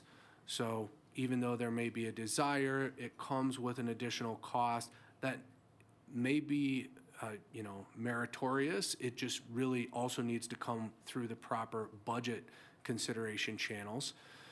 And any and all identified uses cataloged through that process will also be maintained for future consideration. Just really wanted to emphasize that, while there may be wants, they also need to come with associated funding, and so that's really how that process played out. Ultimately, a couple other highlights related to this property. As we talked in the previous item, location, of course, is an extremely influential variable when we're talking about real estate. So the geographic location presented by Stead Elementary School presents limited opportunity for many of our district-wide functions. The existing programs that are mentioned above are either accommodated adequately in other facilities or may be more well accommodated in other facilities, as I mentioned, future closed schools or our future admin facilities, rather than the Stead Elementary School. And then, really always weighing the totality of costs and liability associated with maintaining an aging school versus the benefit, and finding that on balance, there is not an adequate need or opportunity to retain this property and this use for internal purposes versus the cost and overhead associated with continuing to own and operate it. So while we have not gone further into the exploration of external reuse, I wanted to at least acknowledge some of the, higher level and more obvious aspects in favor of exploring an external reuse pathway. So as I mentioned at the onset, we're essentially replacing the school just down the street. So it's a fairly textbook surplus property situation. This property also is situated somewhat uniquely. Many of our schools are rather embedded within a residential neighborhood. This particular property sits less than 1,000 feet away from an interstate interchange and fronts along a 5-lane arterial roadway, making it particularly poorly suited for an elementary school property and perhaps particularly well suited for an alternative use through an external partnership. A few other points on that slide, as well as the operational considerations I kind of mentioned on the previous slide.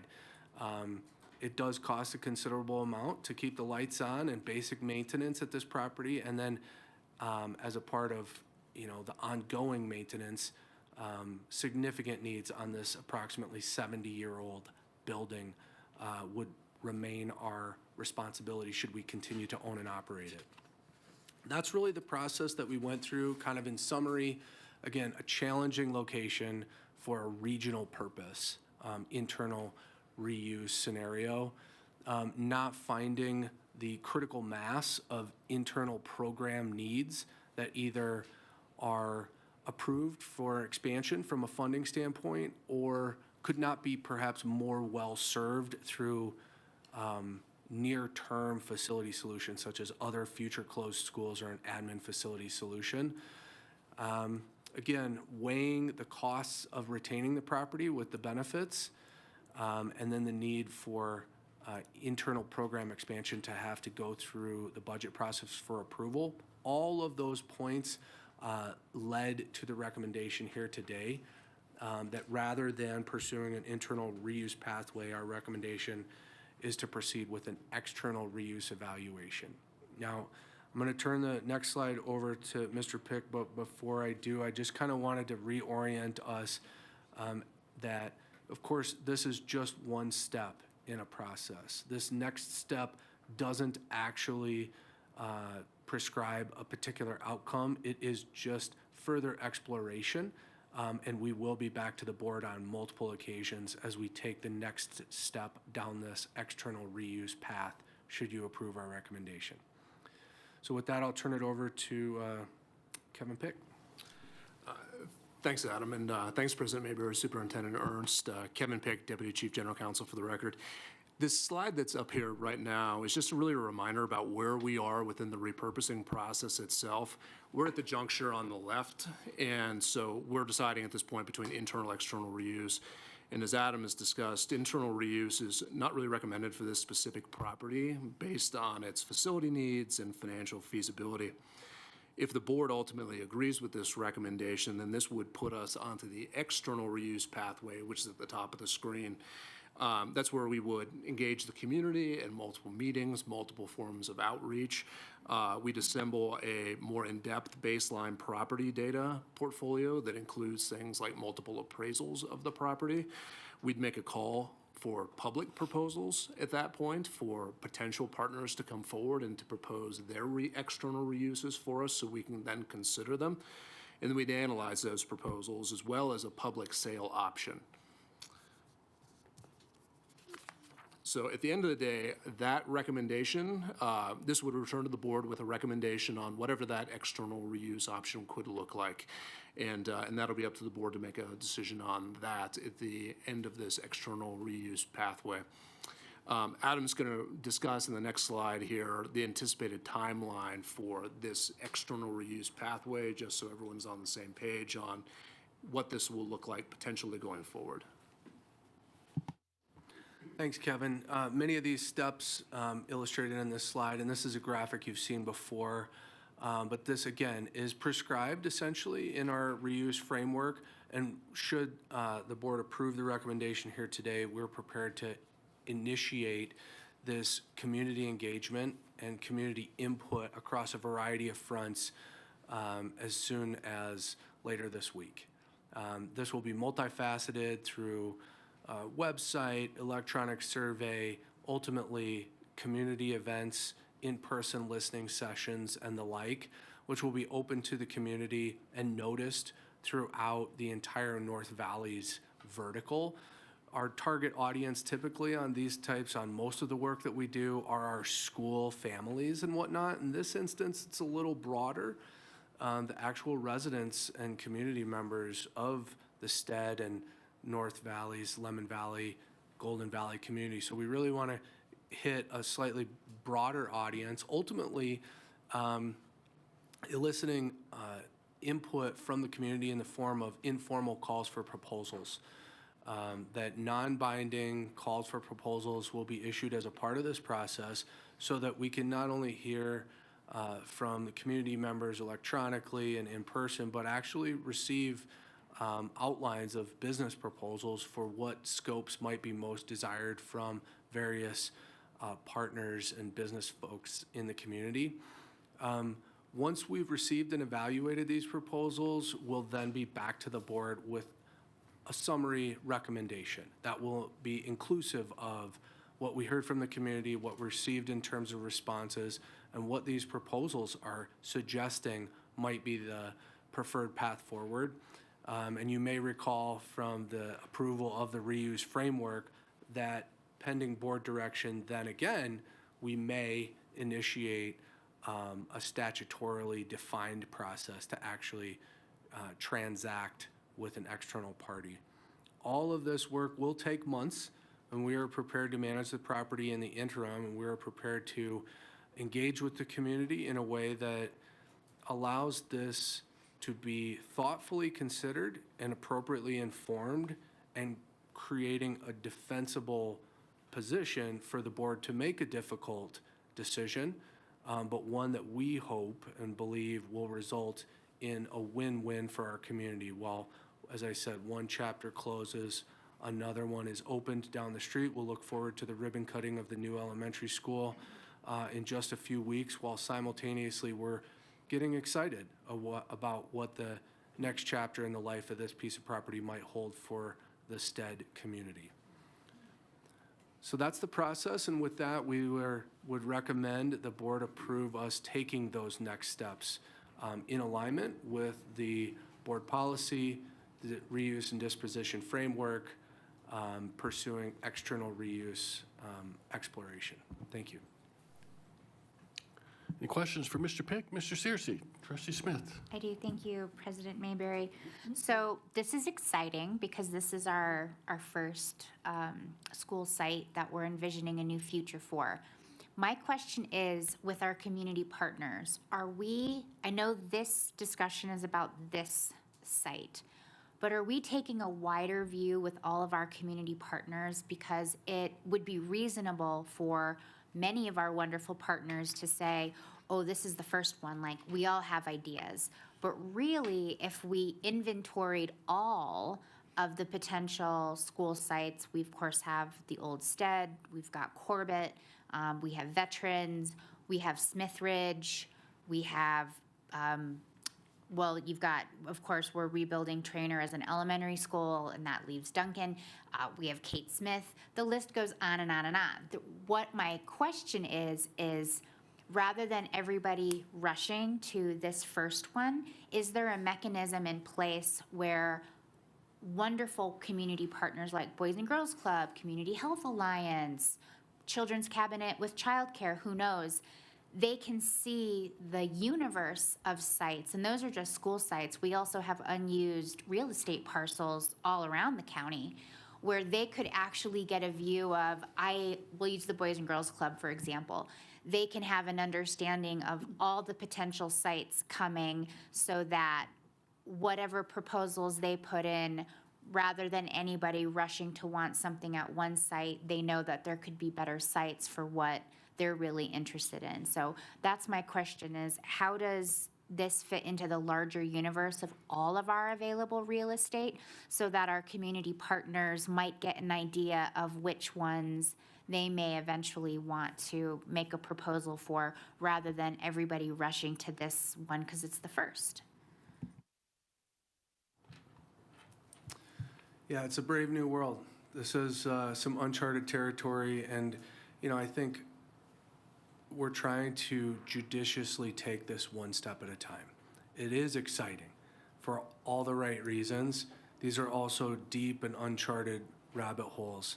I've had these conversations with many of our public and private community leaders, imagining what is possible, planting the seeds and awareness that you describe, and ultimately asking for their help. Ultimately, I feel this is a somewhat unique position. While we need a partnership with our community in all the work that we do, this one is maybe more so than typical, or certainly different than normal, in that we deeply need to find a future use for these properties that is of benefit to our community, and we need some partners in order to do that effectively. So I think the answer to your question begins in a lot of different ways, but most succinctly with our website.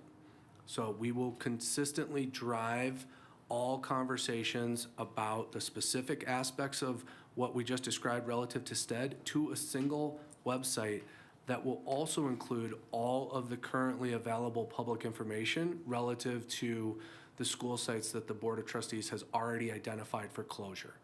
So we're not getting ahead of ourselves and talking about Duncan. Like, I know what you're saying. There's plans that have spoken about that, but until the Board of Trustees takes that vote, we've got 6 elementary schools, counting STED, over the next 3 years that have been publicly approved for closure, and that in due time we will apply this process to.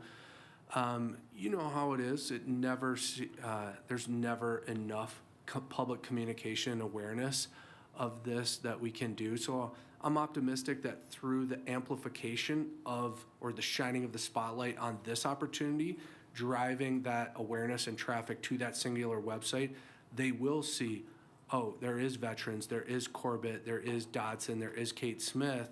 I'm going to track this process because I want to participate in it and familiarize myself with it, but really I'm learning in anticipation of pursuing the property that most well suits my interests. I'm absolutely tracking what you're saying, and we're trying to balance the portfolio approach with sort of a one step at a time approach, and that's where we're at. Thank you, that's fantastic. Will that website also include all of our unused parcels that we have around the county that could also be of use to other partners? So undeveloped land that we have in all the little nooks and crannies. Yeah, so at this time, the answer to your question is no. Many of those parcels are very intentionally, moderately intentionally, or otherwise identified for future use. All of those properties are readily searchable on public websites, and so that's separate from the closed school reuse and disposition framework, and likely to remain separate. All right, thank you. One more question, Mr. President. This is just from me, but whether for this option or any in the future, I will need a little bit of help understanding any recommendation about us ultimately becoming a landlord, because that is a space I feel really uncertain about. So I'm just kind of signaling that even with the best of partners, it just is one of those. I'm not saying that that's not great. I will just need some help understanding what that looks like as compared to other cleaner separations of a property. I mean, we had a nonprofit, a really, really well-known nonprofit, just announced their closure that, we were partners with. And so my mind thinks to, what if that were to happen and then we are a landlord, and I just want you to know that that's a headspace that I think will be something that we'll have to talk about if we ever cross that bridge and the senior team responsible for bringing a recommendation ever does make one of those recommendations. I just want to signal to you that that's one of those things that I really think I'll just need to have explained, like how that would structurally exist for us. But thank you. In response to that, I'd just like to add that there is a process under Chapter 393 for leasing properties to private entities. Chapter 277 will be a lease to another governmental entity, so it's a little bit different, but it is a very complicated process under 393, and I think we would absolutely need to have that conversation to help the public and everyone get on the same page with what the process is. Excellent, thank you. Any other clarifying questions before we go to public comment? Okay. JJ, we'll go ahead and open for public comment, and as a reminder, comments are limited to 3 minutes and must pertain to the agenda item. If you have comments not on the topic, they can be provided during general public comment period. JJ? Nathan Newlot. Good afternoon, sir. Good afternoon, thank you. Board of Trustees, Nathan Elliott, Parks and Recreation Director for the City of Reno, for the record. Proud parent of Washoe County students. So just here today to kind of applaud the policy and show and see that it's working, that it's gone through those first steps of internal use and now looking at the possibility of external use. And also want to thank this board and the staff for the partnerships that we share in other areas for the joint use agreements in our outdoor sports programs and our after-school and out-of-school time programs too. So I think those are good examples of where there's a strong partnership already.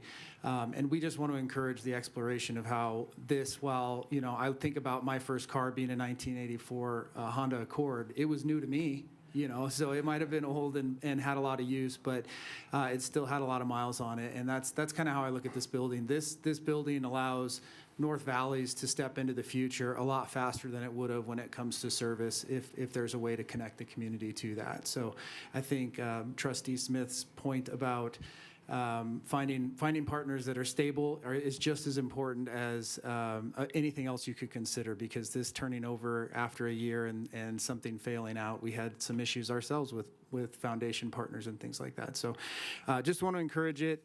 The exploration, City of Reno is excited to see this. We've been watching it for 18 months as the policy has come forward and understanding these schools this is not the only one that's going to happen. So, but we want to be a part of the conversation and support any partners that would be a part of this and reimagining what is an amazing building with some great bones and a place that has a deficit of services. So with that, thank you.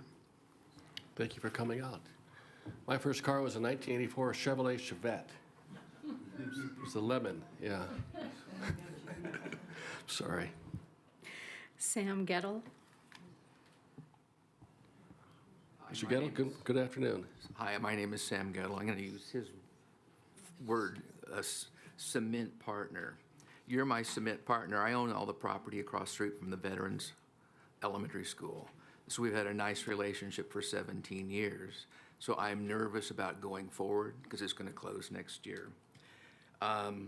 So what I'm asking for is that there's a robust program to maintain it, and why it's been, and so because the lawns are beautifully kept, but we're beginning to get more problems of people on the campus late at night because they've encouraged dog use. So there are other things too, in soccer fields. So reason why I'm here was what happened on Saturday, and that is why I was watering in the gardens. There was a gentleman on the front porch of Veterans who was had large drones, and he was using it as a launch pad, and they got within 20 feet of our houses, and when I confronted him, he got very violent. So we didn't take pictures or anything like that. And the second thing has been about 7 months ago, we had somebody that's been around Locust Street and on the campus, and he concussed one of my employees by putting a rock in a sling and a sock. And so this was late at night on private property. So the problems exist. So we're dependent on you as the cement partner to maintain this building while this is going on. This because, you know, you're in real estate, I can tell, or your husband, or somebody, yes. So I was that many years ago. So it's a long process, and so it makes all of us good neighbors if I can count on you, because I have 10 houses, and so we're very on Camden Alley, which is the front door to the school. So if I could be assured of that, it would be very nice in the future, and let the future take its course. Thank you. Okay, thank you. Just for clarity, the item is on the Stead School, not veterans, but, and we don't engage during public comment, but we'll make sure that the staff connects with you. Because what I said, that's why I'm adjacent to that, but could also go for that, but even though it's more commercial. Okay, thank you, sir. Because veterans is embedded in the neighborhood. The board received emails from Eaton Dunkelberger with the Community Foundation of Northern Nevada and Mike Worm of the Boys and Girls Club of Truckee Meadows on this item. Okay, thank you. Clerk Hall. Could we go back to the timeline? This feels really ambitious. And I guess it's not really a question, I think just conversationally, I'm just a little concerned, and I just want to make sure that I guess my overall question is, are we okay with it potentially taking longer than what this timeline is? This timeline feels fairly ambitious. So like taking care of the school for potentially longer if, say, all the like maybe some of the proposals come in and we just don't feel like they're the right thing. Are we okay with moving on, and does our framework allow for that, or do you need to come back to us? So first and foremost, we are prepared to maintain and secure the property appropriately, indefinitely. Certainly, time is of the essence. Sure. I'll reserve comment about the iterative nature of the process, but this is an important decision and will need to take as long as it needs to take. Okay. We're prepared to act on it, and we're prepared to maintain the property in the meantime. Okay, great. Trustee Westlake. Thank you, President Mayberry. I'm really happy that we're leaning more to external use. Having been a landlord, well, I'm still a landlord, but we've scaled back because it is a lot of work. People stop paying rent. They break leases, they break contracts. You're responsible. Well, you've got to take care of the property. Regardless if it's being leased out to someone else, you're still responsible for that property and the maintenance. So it's not like, oh, okay, we're renting it out now, it's leased. We're still going to be responsible. And then to get the right tenant in there, we might have to do TIs, tenant improvements to get the right renter in there. And then when they leave, then someone else comes along and those improvements you did isn't going to fit that renter. So you're back into another round of TI. And it's just, it's an investment. It is. I mean, I wish we could keep all of our properties as an investment, but it is extremely costly. It is a lot of hours to keep an eye on that property. And just as that gentleman had just said, things go on when it's your property that you can't always have eyes and a presence on that property. So I'm really excited. I hope we don't change gears and decide to take this on ourselves, because I think we've got to keep in the education business, and stepping into that other space is a lot of work. So thank you. Thank you, Trustee Westlake. Any other comments? Okay. Yes, I'm ready to make a motion. Okay, go for it. I move that the Board of Trustees approves the recommendation to proceed with the external reuse evaluation process for Old Stead Elementary School in accordance with Board Policy 7086, the reuse and disposition, framework for closed schools and applicable Nevada revised statutes. Second. Okay, I have a motion on the floor to approve item 3.05 by Vice President Woodley, second by Trustee Dr. Nicolette. Any more? Seeing no further comments, we'll go ahead and vote. All in favor, please signify by saying aye. Aye.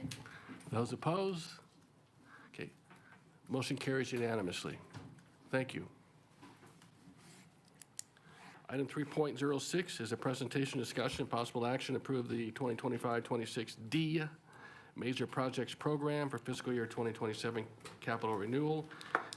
Ms. Zimmerman is at the table, our Chief Facilities Management Officer. I think Trustee Hall, Clerk Hall, wants to make a disclaimer as well. Go ahead. It is the meeting of disclosures.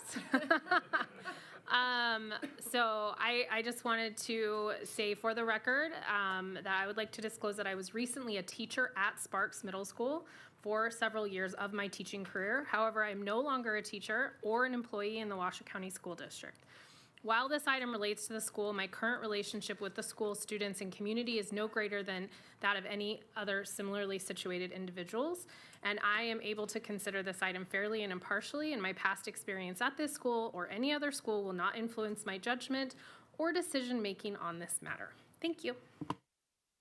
Thank you. Good afternoon, Ms. Zimmerman. Thank you, President Mayberry, trustees, Superintendent Ernst. Happy to be here today to bring forward the approval and recommendation from the June 11th Capital Funding Protection Committee for our 2025-2026 D Major Projects Program. I want to brag a little bit on the team. We do a lot with very few staff, and so we bid and designed over 100 projects for that dollar amount. They may range from large projects like Vaughn to Stead to a door lock project. And all of those little projects take a lot of time, but our staff does a tremendous job in ensuring that our schools are well taken care of in this capital renewal program and major projects program.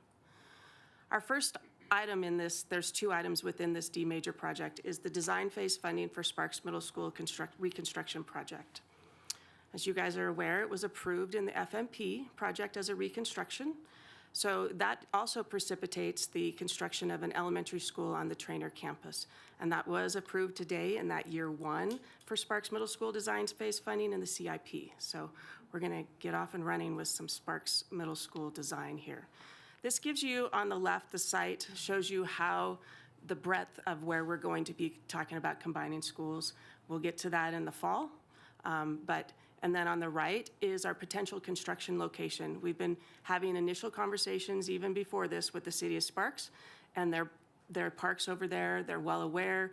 We're gonna start working through that. That's part of what we need these funds to do, is to work through those processes with them. We have a really good relationship with them, so I can't wait to engage further with them in this process.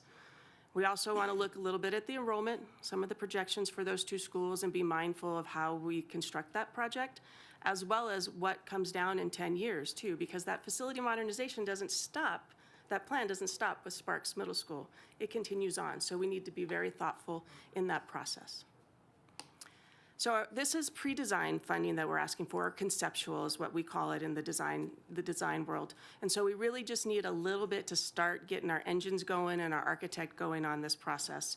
We intend for this to be a prototype like O'Brien and Vaughn.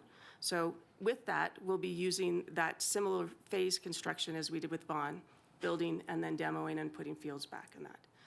Because we have the experience of doing this a couple times, we're gonna hard bid this. That'll give us more competition with our contractors. So we've learned our lessons is the idea, and that we can go ahead and do that with a hard bid with this. So our draft schedule is fall of 2026. We'll come back and ask for the remaining, because we'll know more, right? Remaining design phase funding for you. We'll start anticipation for construction phase funding in the spring. And then in the summer of 2027, we anticipate starting construction over there. And then the anticipated opening is fall of 2029, so giddy up. The next part of this is our FY 2027 capital renewal plan. You guys have seen this a couple times. You know, it's a yearly thing for us. It is a systematic approach to looking at all of our assets and prioritizing them in the categories we have. We look at our asset management system, we speak with our shop supervisors as well as the SFCs, and we take those meetings with Safe and Healthy Schools and we incorporate those into that safety and security items in there. So this is an overview of these items here, and carpentry is one of our biggest with roof and roof repairs, and that's to keep our buildings dry, which is super important. Electronics has a lot of items in there, but we really highlight and prioritize fire alarms and intercoms because those are safety items within our schools.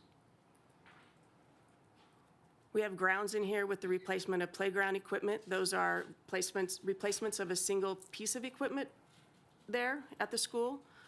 It can be, we'll see how far those funds go with those pieces there, but those have outlived their useful life and we can't get parts for them. Our mechanical and electrical and plumbing, the biggest part is keeping our classrooms warm or cool depending on this season that we're in. So those are really important, and they're high dollar items. Within this, there's also paving. We have the pavement replacement and repair that's in there, and we do a pavement condition index system, but we also look at our pavement and look at all of our work orders that go into those systems to see how they're repairing them and what we have for cracks in that. So Piccolo is slated within this. We don't list each project, but it is slated in there to be designed this year and actually reconstructed next summer, pending good bids and all of that. But happy to report that for them. Safety and security, restroom safety upgrades. As you can see down below in that picture, we have our general use restrooms, and we're intending to work in the high schools. We've already started design and thinking of those this last year, and then we're going to start constructing them this coming year. So they'll be similar to our general use restrooms in the high schools that don't currently have them. They may be a few tweaks just because of the construction that they have and things that we have to work around. But that's the idea, to give visibility and increase safety in those restrooms. And so we've taken that very seriously and implemented that into this capital renewal again this year. Also on there highlighted are the vape detection installation at middle school. We will be doing the same program we did at the high schools. We'll design them this year and implement them next summer so that they will be completed for that next school year. But the high schools will be completed for the beginning of this school year. All of those will be done. And so with that, that is a $50 million plan that we anticipate executing next year for design. Want to show you, we try to keep those big items, those large categories, and give them the same amount of dollars every year so that we take care of those items. So just kind of reflects that picture of our secure perimeters that we finished through safety this last year. And with that, we're asking with the superintendent's recommendation to approve a $51 million D major project program for us to start working on. Questions on the board? No questions. Public comment. I have no cards for this item. We'll go ahead and close public comment. Bring it back to the board for any further discussion. Clarifying, yes, Trustee Smith, please. Thank you, President Mayberry. I'm ready to make a motion. Please. Thank you. I move that the Board of Trustees approves the funding in the amount of $51 million for the 2025-2026 D Major Projects Program for projects throughout the Washoe County School District as recommended by the Capital Funding Protection Committee. Second, and may I say, giddy up. Okay, we got a motion on the floor by Trustee Smith to approve item 3.06 as stated, a second by Trustee Nicolette. See no lights on, no further discussion. All in favor, please signify by saying aye. Aye. Aye. Those opposed? Okay, motion carries unanimously. Thank you very much, Ms. Zimmerman.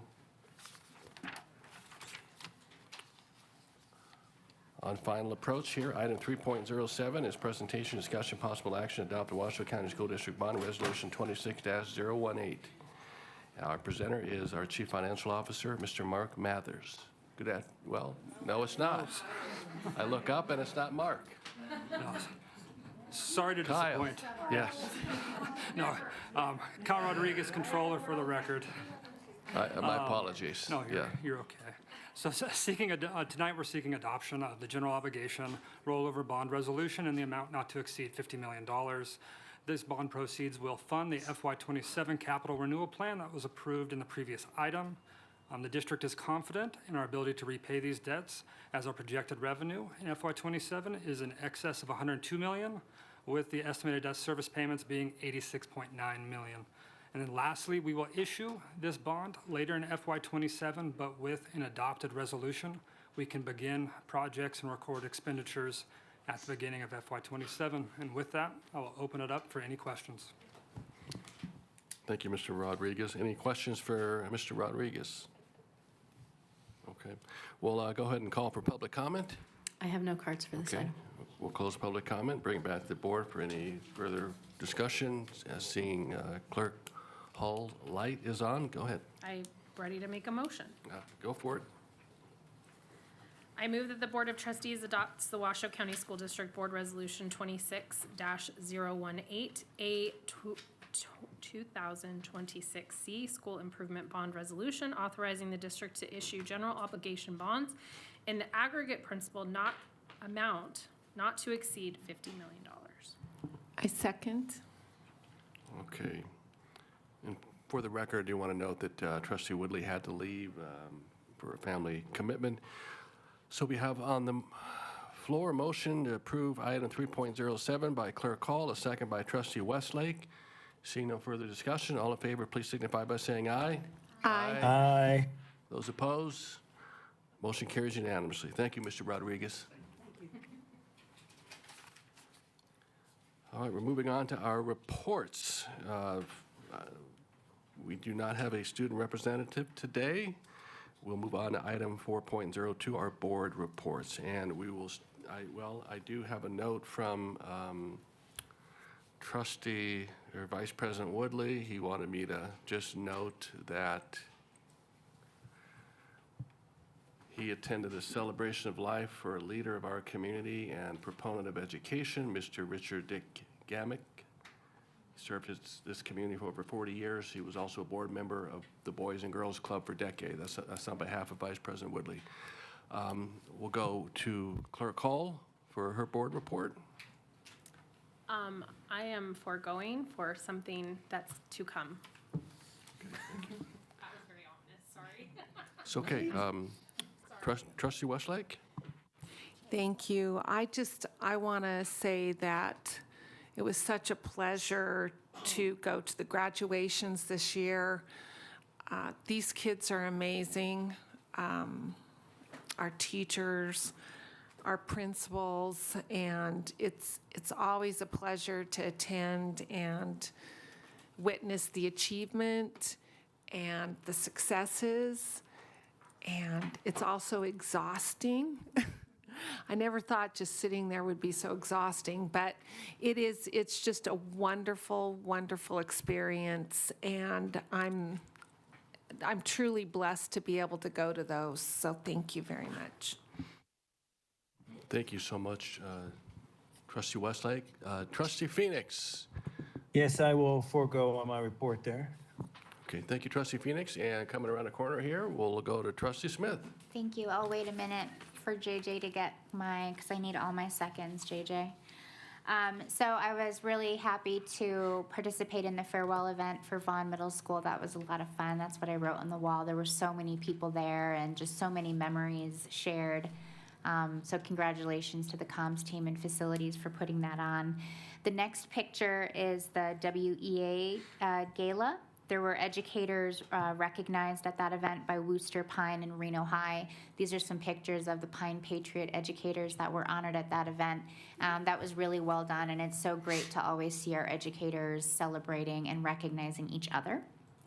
The next picture is congratulations to Libby Booth Elementary School. They were named a Unified Champion School by the Special Olympics of Nevada, which means that they have very specifically found ways to integrate students of all abilities into all aspects of the school, leadership, sports, and they were so proud, I believe, that they were the first, if not one of the very first elementary schools in Northern Nevada to receive this designation, and the kids were super proud. This was led by their own student leadership group. And the last picture, super fun, is Reno High graduate Eric. He won a Honda Civic for perfect attendance. Bill Pierce, Courtesy Honda. You'll see a picture there with multiple of our trustees, also Sandy Raffelli as well, and Principal Nakashima. So congratulations to Eric and all of our 80-plus seniors with perfect attendance. And then I will recognize that it is the month of June, and that means Pride Month. As we recognize Pride, I want to take a moment to reflect on one of the most important responsibilities we share as a school community, ensuring that every child feels welcomed, respected, and valued. Our schools serve students from many different backgrounds, cultures, and family structures. Some students have 2 moms, some have 2 dads, some live with a single parent, grandparents, foster families, or blended families. And what matters is that every child knows they belong and that their family is respected, no matter how it's structured or who their family members or they themselves love. Pride Month is an opportunity to affirm that belonging. When students feel accepted, they are better able to learn, participate, build friendships, and reach their full potential. And at its heart, this is a really simple idea.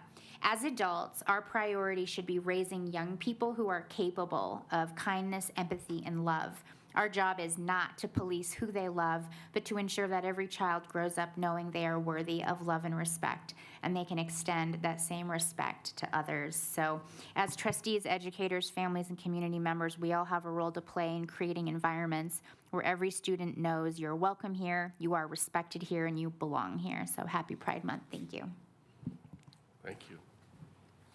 Trustee Nicolette. Graduations, I want to personally, and I'm going to say, I'm sure for all of us, I want to thank Julie and Kara for taking such good care of us. In fact, I woke up Sunday morning going, I'm wondering if Julie and Kara are going to deliver food to me because they fed us so well. There was always something to eat and drink. It was wonderful. I also want to thank Thomas from the IT Tech. He's the IT guru, and he's behind the scenes somewhere right this moment helping us. And I tried to see him at graduation, but it was hard to see him because I knew he was always there taking good care of us with the technology and making wonderful memories for everyone. And I want to thank you, Thomas, for always being there. And then I also want to thank Bell Photography for their endless picture taking. I mean, standing there and with the smile sign, and that's a lot of work, and I want to thank them, and they're fun people, and I really appreciate that. I want to do a special shout out to Christy, who's Dean of Students at Inskeep. She's part of the security team there, and she was official and wore her shirt, and she's just a delightful gal, and I can hardly wait to see her next year. And then I also want to thank the Lawler Events Center security team in general. It's really, there's a lot of people who are excited and anxious and maybe a little mischief here and there, and they're always on top of it and taking care of everyone inside the facility. And then, of course, I want to thank our administrators who sit on the stage with us, and we share those moments together and memories and hand out diplomas, and it's just a wonderful, wonderful team endeavor. And then last but not least, I want to thank our police department who are riding around on their bikes, who are going into the bowels of areas and making sure it's safe for everyone and being out front as thousands of people leave and keeping everyone safe and always doing it with kindness and fun. And I really want to thank them for that. And it's a wonderful, wonderful time. And I concur with my colleague Colleen that it's so heartfelt and it's such a gift and it's exhausting. And it's worth every minute. Thank you.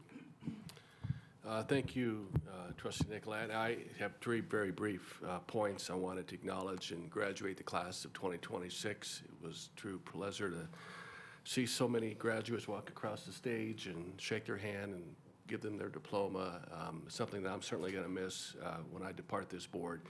And I appreciate Trustee Nicolette that the second bullet point I had was to acknowledge, and please, Superintendent Ernst, please express our deepest appreciation to Julie Kemp and Kara McKenzie, who coordinated just so much. It's such an amazing task that they undertake, and that needs to go, that doesn't go unnoticed. And as Trustee Smith pointed out, had an opportunity to participate in the Bill Pierce Courtesy Honda. Sandy Raffaelli is the dealer, the owner, has been doing it for 18 years. It was a wonderful event, the car giveaway for those that have perfect attendance. So I want to give her a shout out. And so with that, I wanted to then take a personal privilege for the remainder of this time and honor the education professional to my left who's departing today. And I have some written comments that I want to make, and I know we have a short video that, while JJ can get that video prepared, I'm going to read these a few things just to kind of highlight Joe's career, and then we'll have an opportunity to say some things from the heart. Clerk Hall, on behalf of the board, has a gift that she'll present to you as well. But I do want to say on behalf of the Board of Trustees, I want to express our sincere gratitude to Superintendent Ernst for his remarkable 32 years in education and his 30 years of dedicated service to Washoe County School District. This is tough.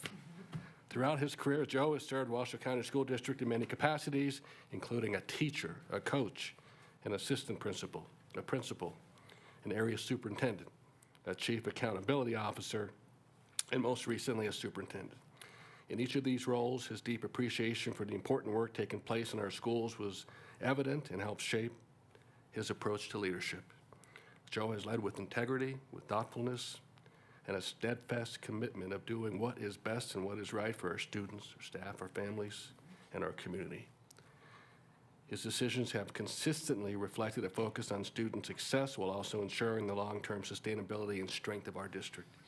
During his tenure, he worked to strengthen the systems that support teaching and learning, always keeping the needs of students at the center of the conversation. And we are very grateful for the lasting impact Joe has made on Washoe County School District and for the professionalism, the dedication, and care that he has brought to every role that he has held throughout his career. And we will certainly miss his leadership and presence. We're excited for him as he begins his well-earned next chapter. We wish him a retirement filled with joy, relaxation, and many cherished memories with his family and loved ones. Thank you. So.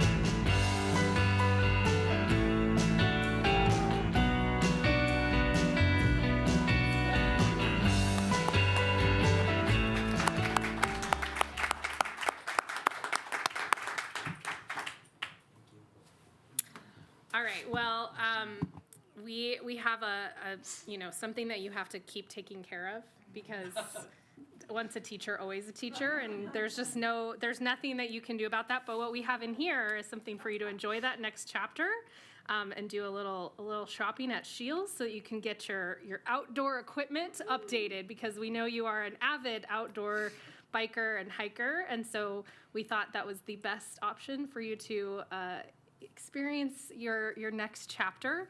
And I will take this moment to say that as a fellow educator, I think it is so apparent how much you love our students and how much you care about their well-being and the outcomes and the importance of their overall, the whole child. And that is something that I deeply care about. And I truly appreciate not only these last 2 years, but your 30 years of dedication in this district and even more as an educator. You always have a smile on your face, especially when students are around. So sign him up for Reading Week because he really likes to read. You know, we will still see you around. We know that we will, and we appreciate everything that you have given to this district and to all of the generations of kids that you've impacted. So thank you.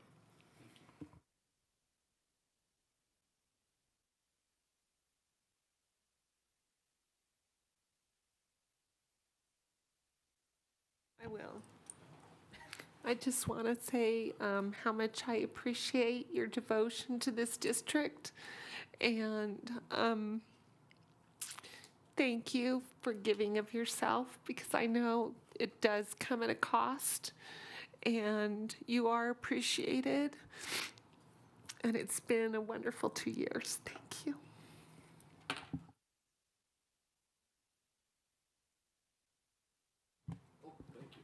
Thanks. Thank you, Trustee Smith. JJ, Phoenix. All right, Joe, where you at? Let me see. Can you guys hear me okay?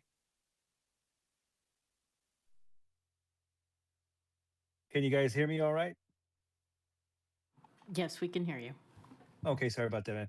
Hey, Joe, thank you for putting up with me. All those questions that I had in our one-on-one, because that's where I get my answers from, right there in the one-on-one. So I appreciate all that. But I knew you were the first time I saw you when you did interview in Worcester, and you answered those questions for me. I knew you were our guy. And sorry to see you have to leave, but you got the chapter ahead of you. You got new things to look forward to, and you're going to be missed. But I know you're going to be around, so we'll catch up to you one of these times soon. All right, thank you. Thank you, Trustee Phoenix. Thank you, Trustee Smith, for reminding me we had him. Thank you. Superintendent Ernst, I had my own little tribute, and I'm so glad we're doing it this way because I didn't know how I was going to make it all fit in 3 minutes. These were 3 memories of you that really stick out in me. I don't know, maybe you will remember or know what that very first picture in the upper left is. That was immediately following our unanimous vote to extend you the opportunity to be our superintendent, which was such a special and exciting moment for our community and for our board. And when you walked into this room, the camera was off, so this was in the off time in the video. What I really wanted to show was when we all stood up and gave you a standing ovation. But this is the moment when you addressed the board after the vote, and it was just a really special time. The way that you spoke to us, the way that you have led since then, truly incredible. And it was a very special moment watching you here. Now, the big picture over on the right is when you were addressing the large assembled gathering of leaders and educators at the U.S. Department of Education in Washington, D.C., watching you present the work and the progress of WCSD, the way that we had worked with our labor associations, what we had been able to accomplish in just a single year's time. Just so everybody knows, Superintendent Ernst and I went last in a very full day of programming, along with Alex Marks from the Nevada School Educators Association. And even though we were in that last slot, we had the entire room listening to Superintendent Ernst. We got a wild amount of applause afterwards, and you just really hit it out of the park. And it was truly an exciting moment. And that picture is what I think of when I think of you. It was a really special moment to see you presenting on that federal stage. And then the last picture going around clockwise in the lower left-hand corner was us at the rodeo last year, which was so fun. And you didn't even make fun of me once for wearing a cowboy hat, even though I think we all know that's probably not part of my normal wardrobe rotation. And it was just really wonderful getting to know you, getting to know your family, and sharing these 2 years with you. So thank you so much for all that you have done. You've been a wonderful model for our kids and for our leaders, and I know that you are leading us or leaving us in wonderful hands with Ms. McMaster, incoming Superintendent Tiffany McMaster. Thank you. I'm going to keep it incredibly personal. A book that you shared with me, Boys in the Boat. I still refer to that, and I look at the quotes that the author inserted. And it was a very fulfilling book. If you haven't read it, Boys in the Boat, please do. It's a remarkable story of teamwork and frustration and people who need to take turns being leader and yet at the same time all leading. And so to that, Boys in the Boat, why did the vegetable boat sink?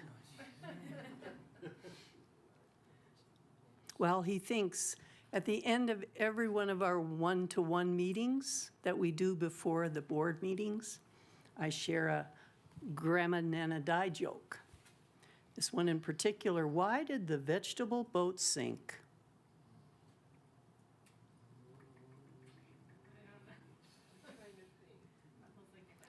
He's pretty good at coming up with something. Because it was beat. I don't even know if That, see, you are good at this. But no, that's the wrong answer. It had too many leaks.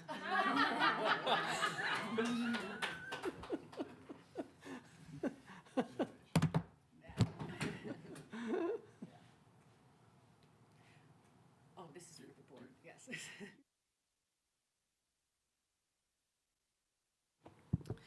Joe, you know how much you have meant to me. You have been a mentor, you have been a friend, and you have really lifted me up in this position, and you have encouraged me and supported me, and I really appreciate your confidence in me.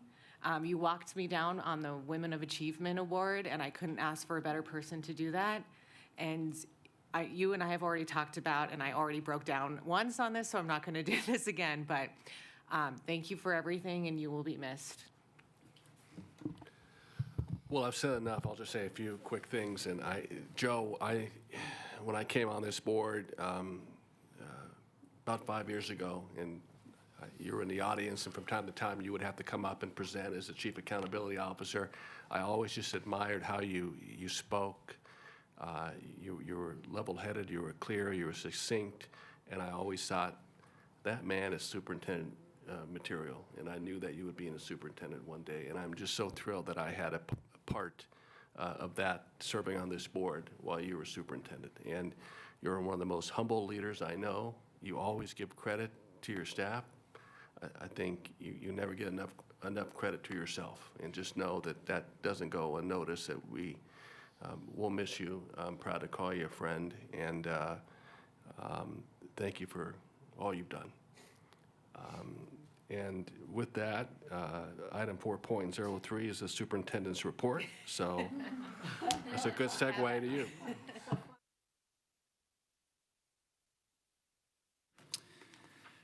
All right, I'll remember the leaks for future. That's with 2 E's. Yeah.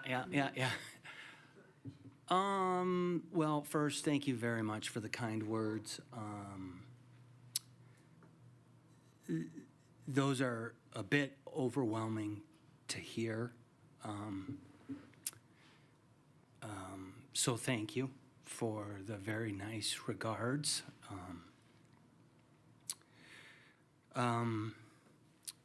You know, I look back, I was looking at those pictures, and one thing I noticed from some of the early pictures was, I think earlier in those pictures, there was some brown hair available. And by the end, I didn't know if I was wearing a cowboy hat or that was just gray hair. I wasn't real sure, but that definitely has been the result of 32 years in the profession. I guess maybe to just try to put a bit of closure on something that is an open-ended experience is, first, I would say I offer my deepest thanks and love to my family. I could not be more blessed, and very, very proud of everyone in my family. And I just thank them for their strength and their love. I say thanks to all of you for the opportunity to be the 14th superintendent in Washoe County School District. What an honor. What a responsibility. And I'm humbled when I was selected. I leave humbled now. Our fathers or our parents leave, indelible imprints on our lives. My father always said, if you do your very best, no one can ask anything else from you. As I said at the time when I got the position, I gave you that, and I leave with that. I gave you everything. I gave her everything I could. And I'm very proud of what we've accomplished together. And I appreciate the topic of boys in the boat, because it is together. It's the trustees, it's the superintendent, it's the leadership team, it's the staff, it's the teachers, it's the parents. The whole thing is together. And, I feel like we really came together even stronger over time. And I'm really proud of what has been accomplished. I sit here today and I see us being able to move forward with some of the most transformational work in the history of Washoe County School District. We just took a step forward with the new possibilities around an administrative building, 1955. That's pretty transformational space, and I'm just incredibly grateful. Adam's in the audience. I'm incredibly grateful to Adam and his leadership on very, very hard work. I look at the STED today, and now having a framework in place and being able to use that and repeat it over time with the school closures that are in front of us. So I'm really proud that we were able to turn the corner. CIP, big item. I'm really happy that we were able to conclude with that today and know that there's great frontier in front of us. And, my heart is with Washoe County School District. I hope we all continue to capitalize on it for the benefits of the students. And, I'm just extremely proud of what we've all accomplished together. We've done really good things in Washoe County School District. You never arrive. We know that. But we're really moving in the right direction, and the work is demanding. The work is challenging, and, I can assure everybody that our team gives everything they have, from the time, the hours, to the emotion, to the passion, to the challenging, to the our team gives its very best day in and day out. I've had so many Saturday conversations and Sunday conversations and evening conversations and early morning conversation. Our team really works hard, and I hope that there will be more resources in education as we're going forward. I'll go to, I don't know if I'll ever really change, but education is an investment. It's an investment in the community. And by gosh, I hope we can keep moving towards that. I realize there's lots of factors in that, but you know, when you look at what Washoe County School District achieves with the per pupil funding and the resources that we have, it's simply remarkable.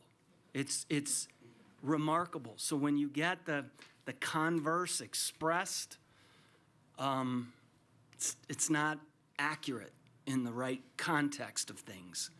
And I hope that more resources can come, stable resources can come into education, because I'm confident that everyone would use them in very purposeful ways, and it would be for the benefit of our kids and ultimately all of us as we start to age and get older in our communities. So again, I very, very proud, and I know we are in exceptional hands. I look at who's in the audience. I am deeply, deeply grateful for everyone who's in the audience today for everything, and I'm confident in Mrs. McMaster and her leading Washoe County School District as a superintendent. She's an exemplary person and professional, and she knows the work in front. The team knows the work in front, and I know that they'll just keep rolling up their sleeves higher and higher, because that's what the team does. And you know, again, I just say thank you for the very nice regards. Thank you for giving me the opportunity.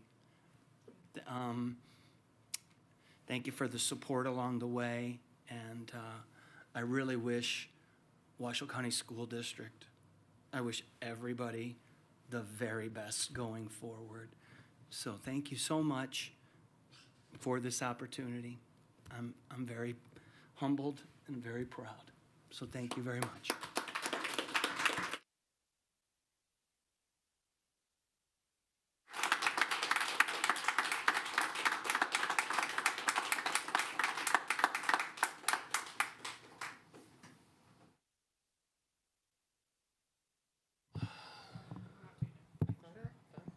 Do you want to do it? You want to do a picture? I just didn't know she was in here with the camera. Yeah, let's do that. Let's just go do that. Last group photo.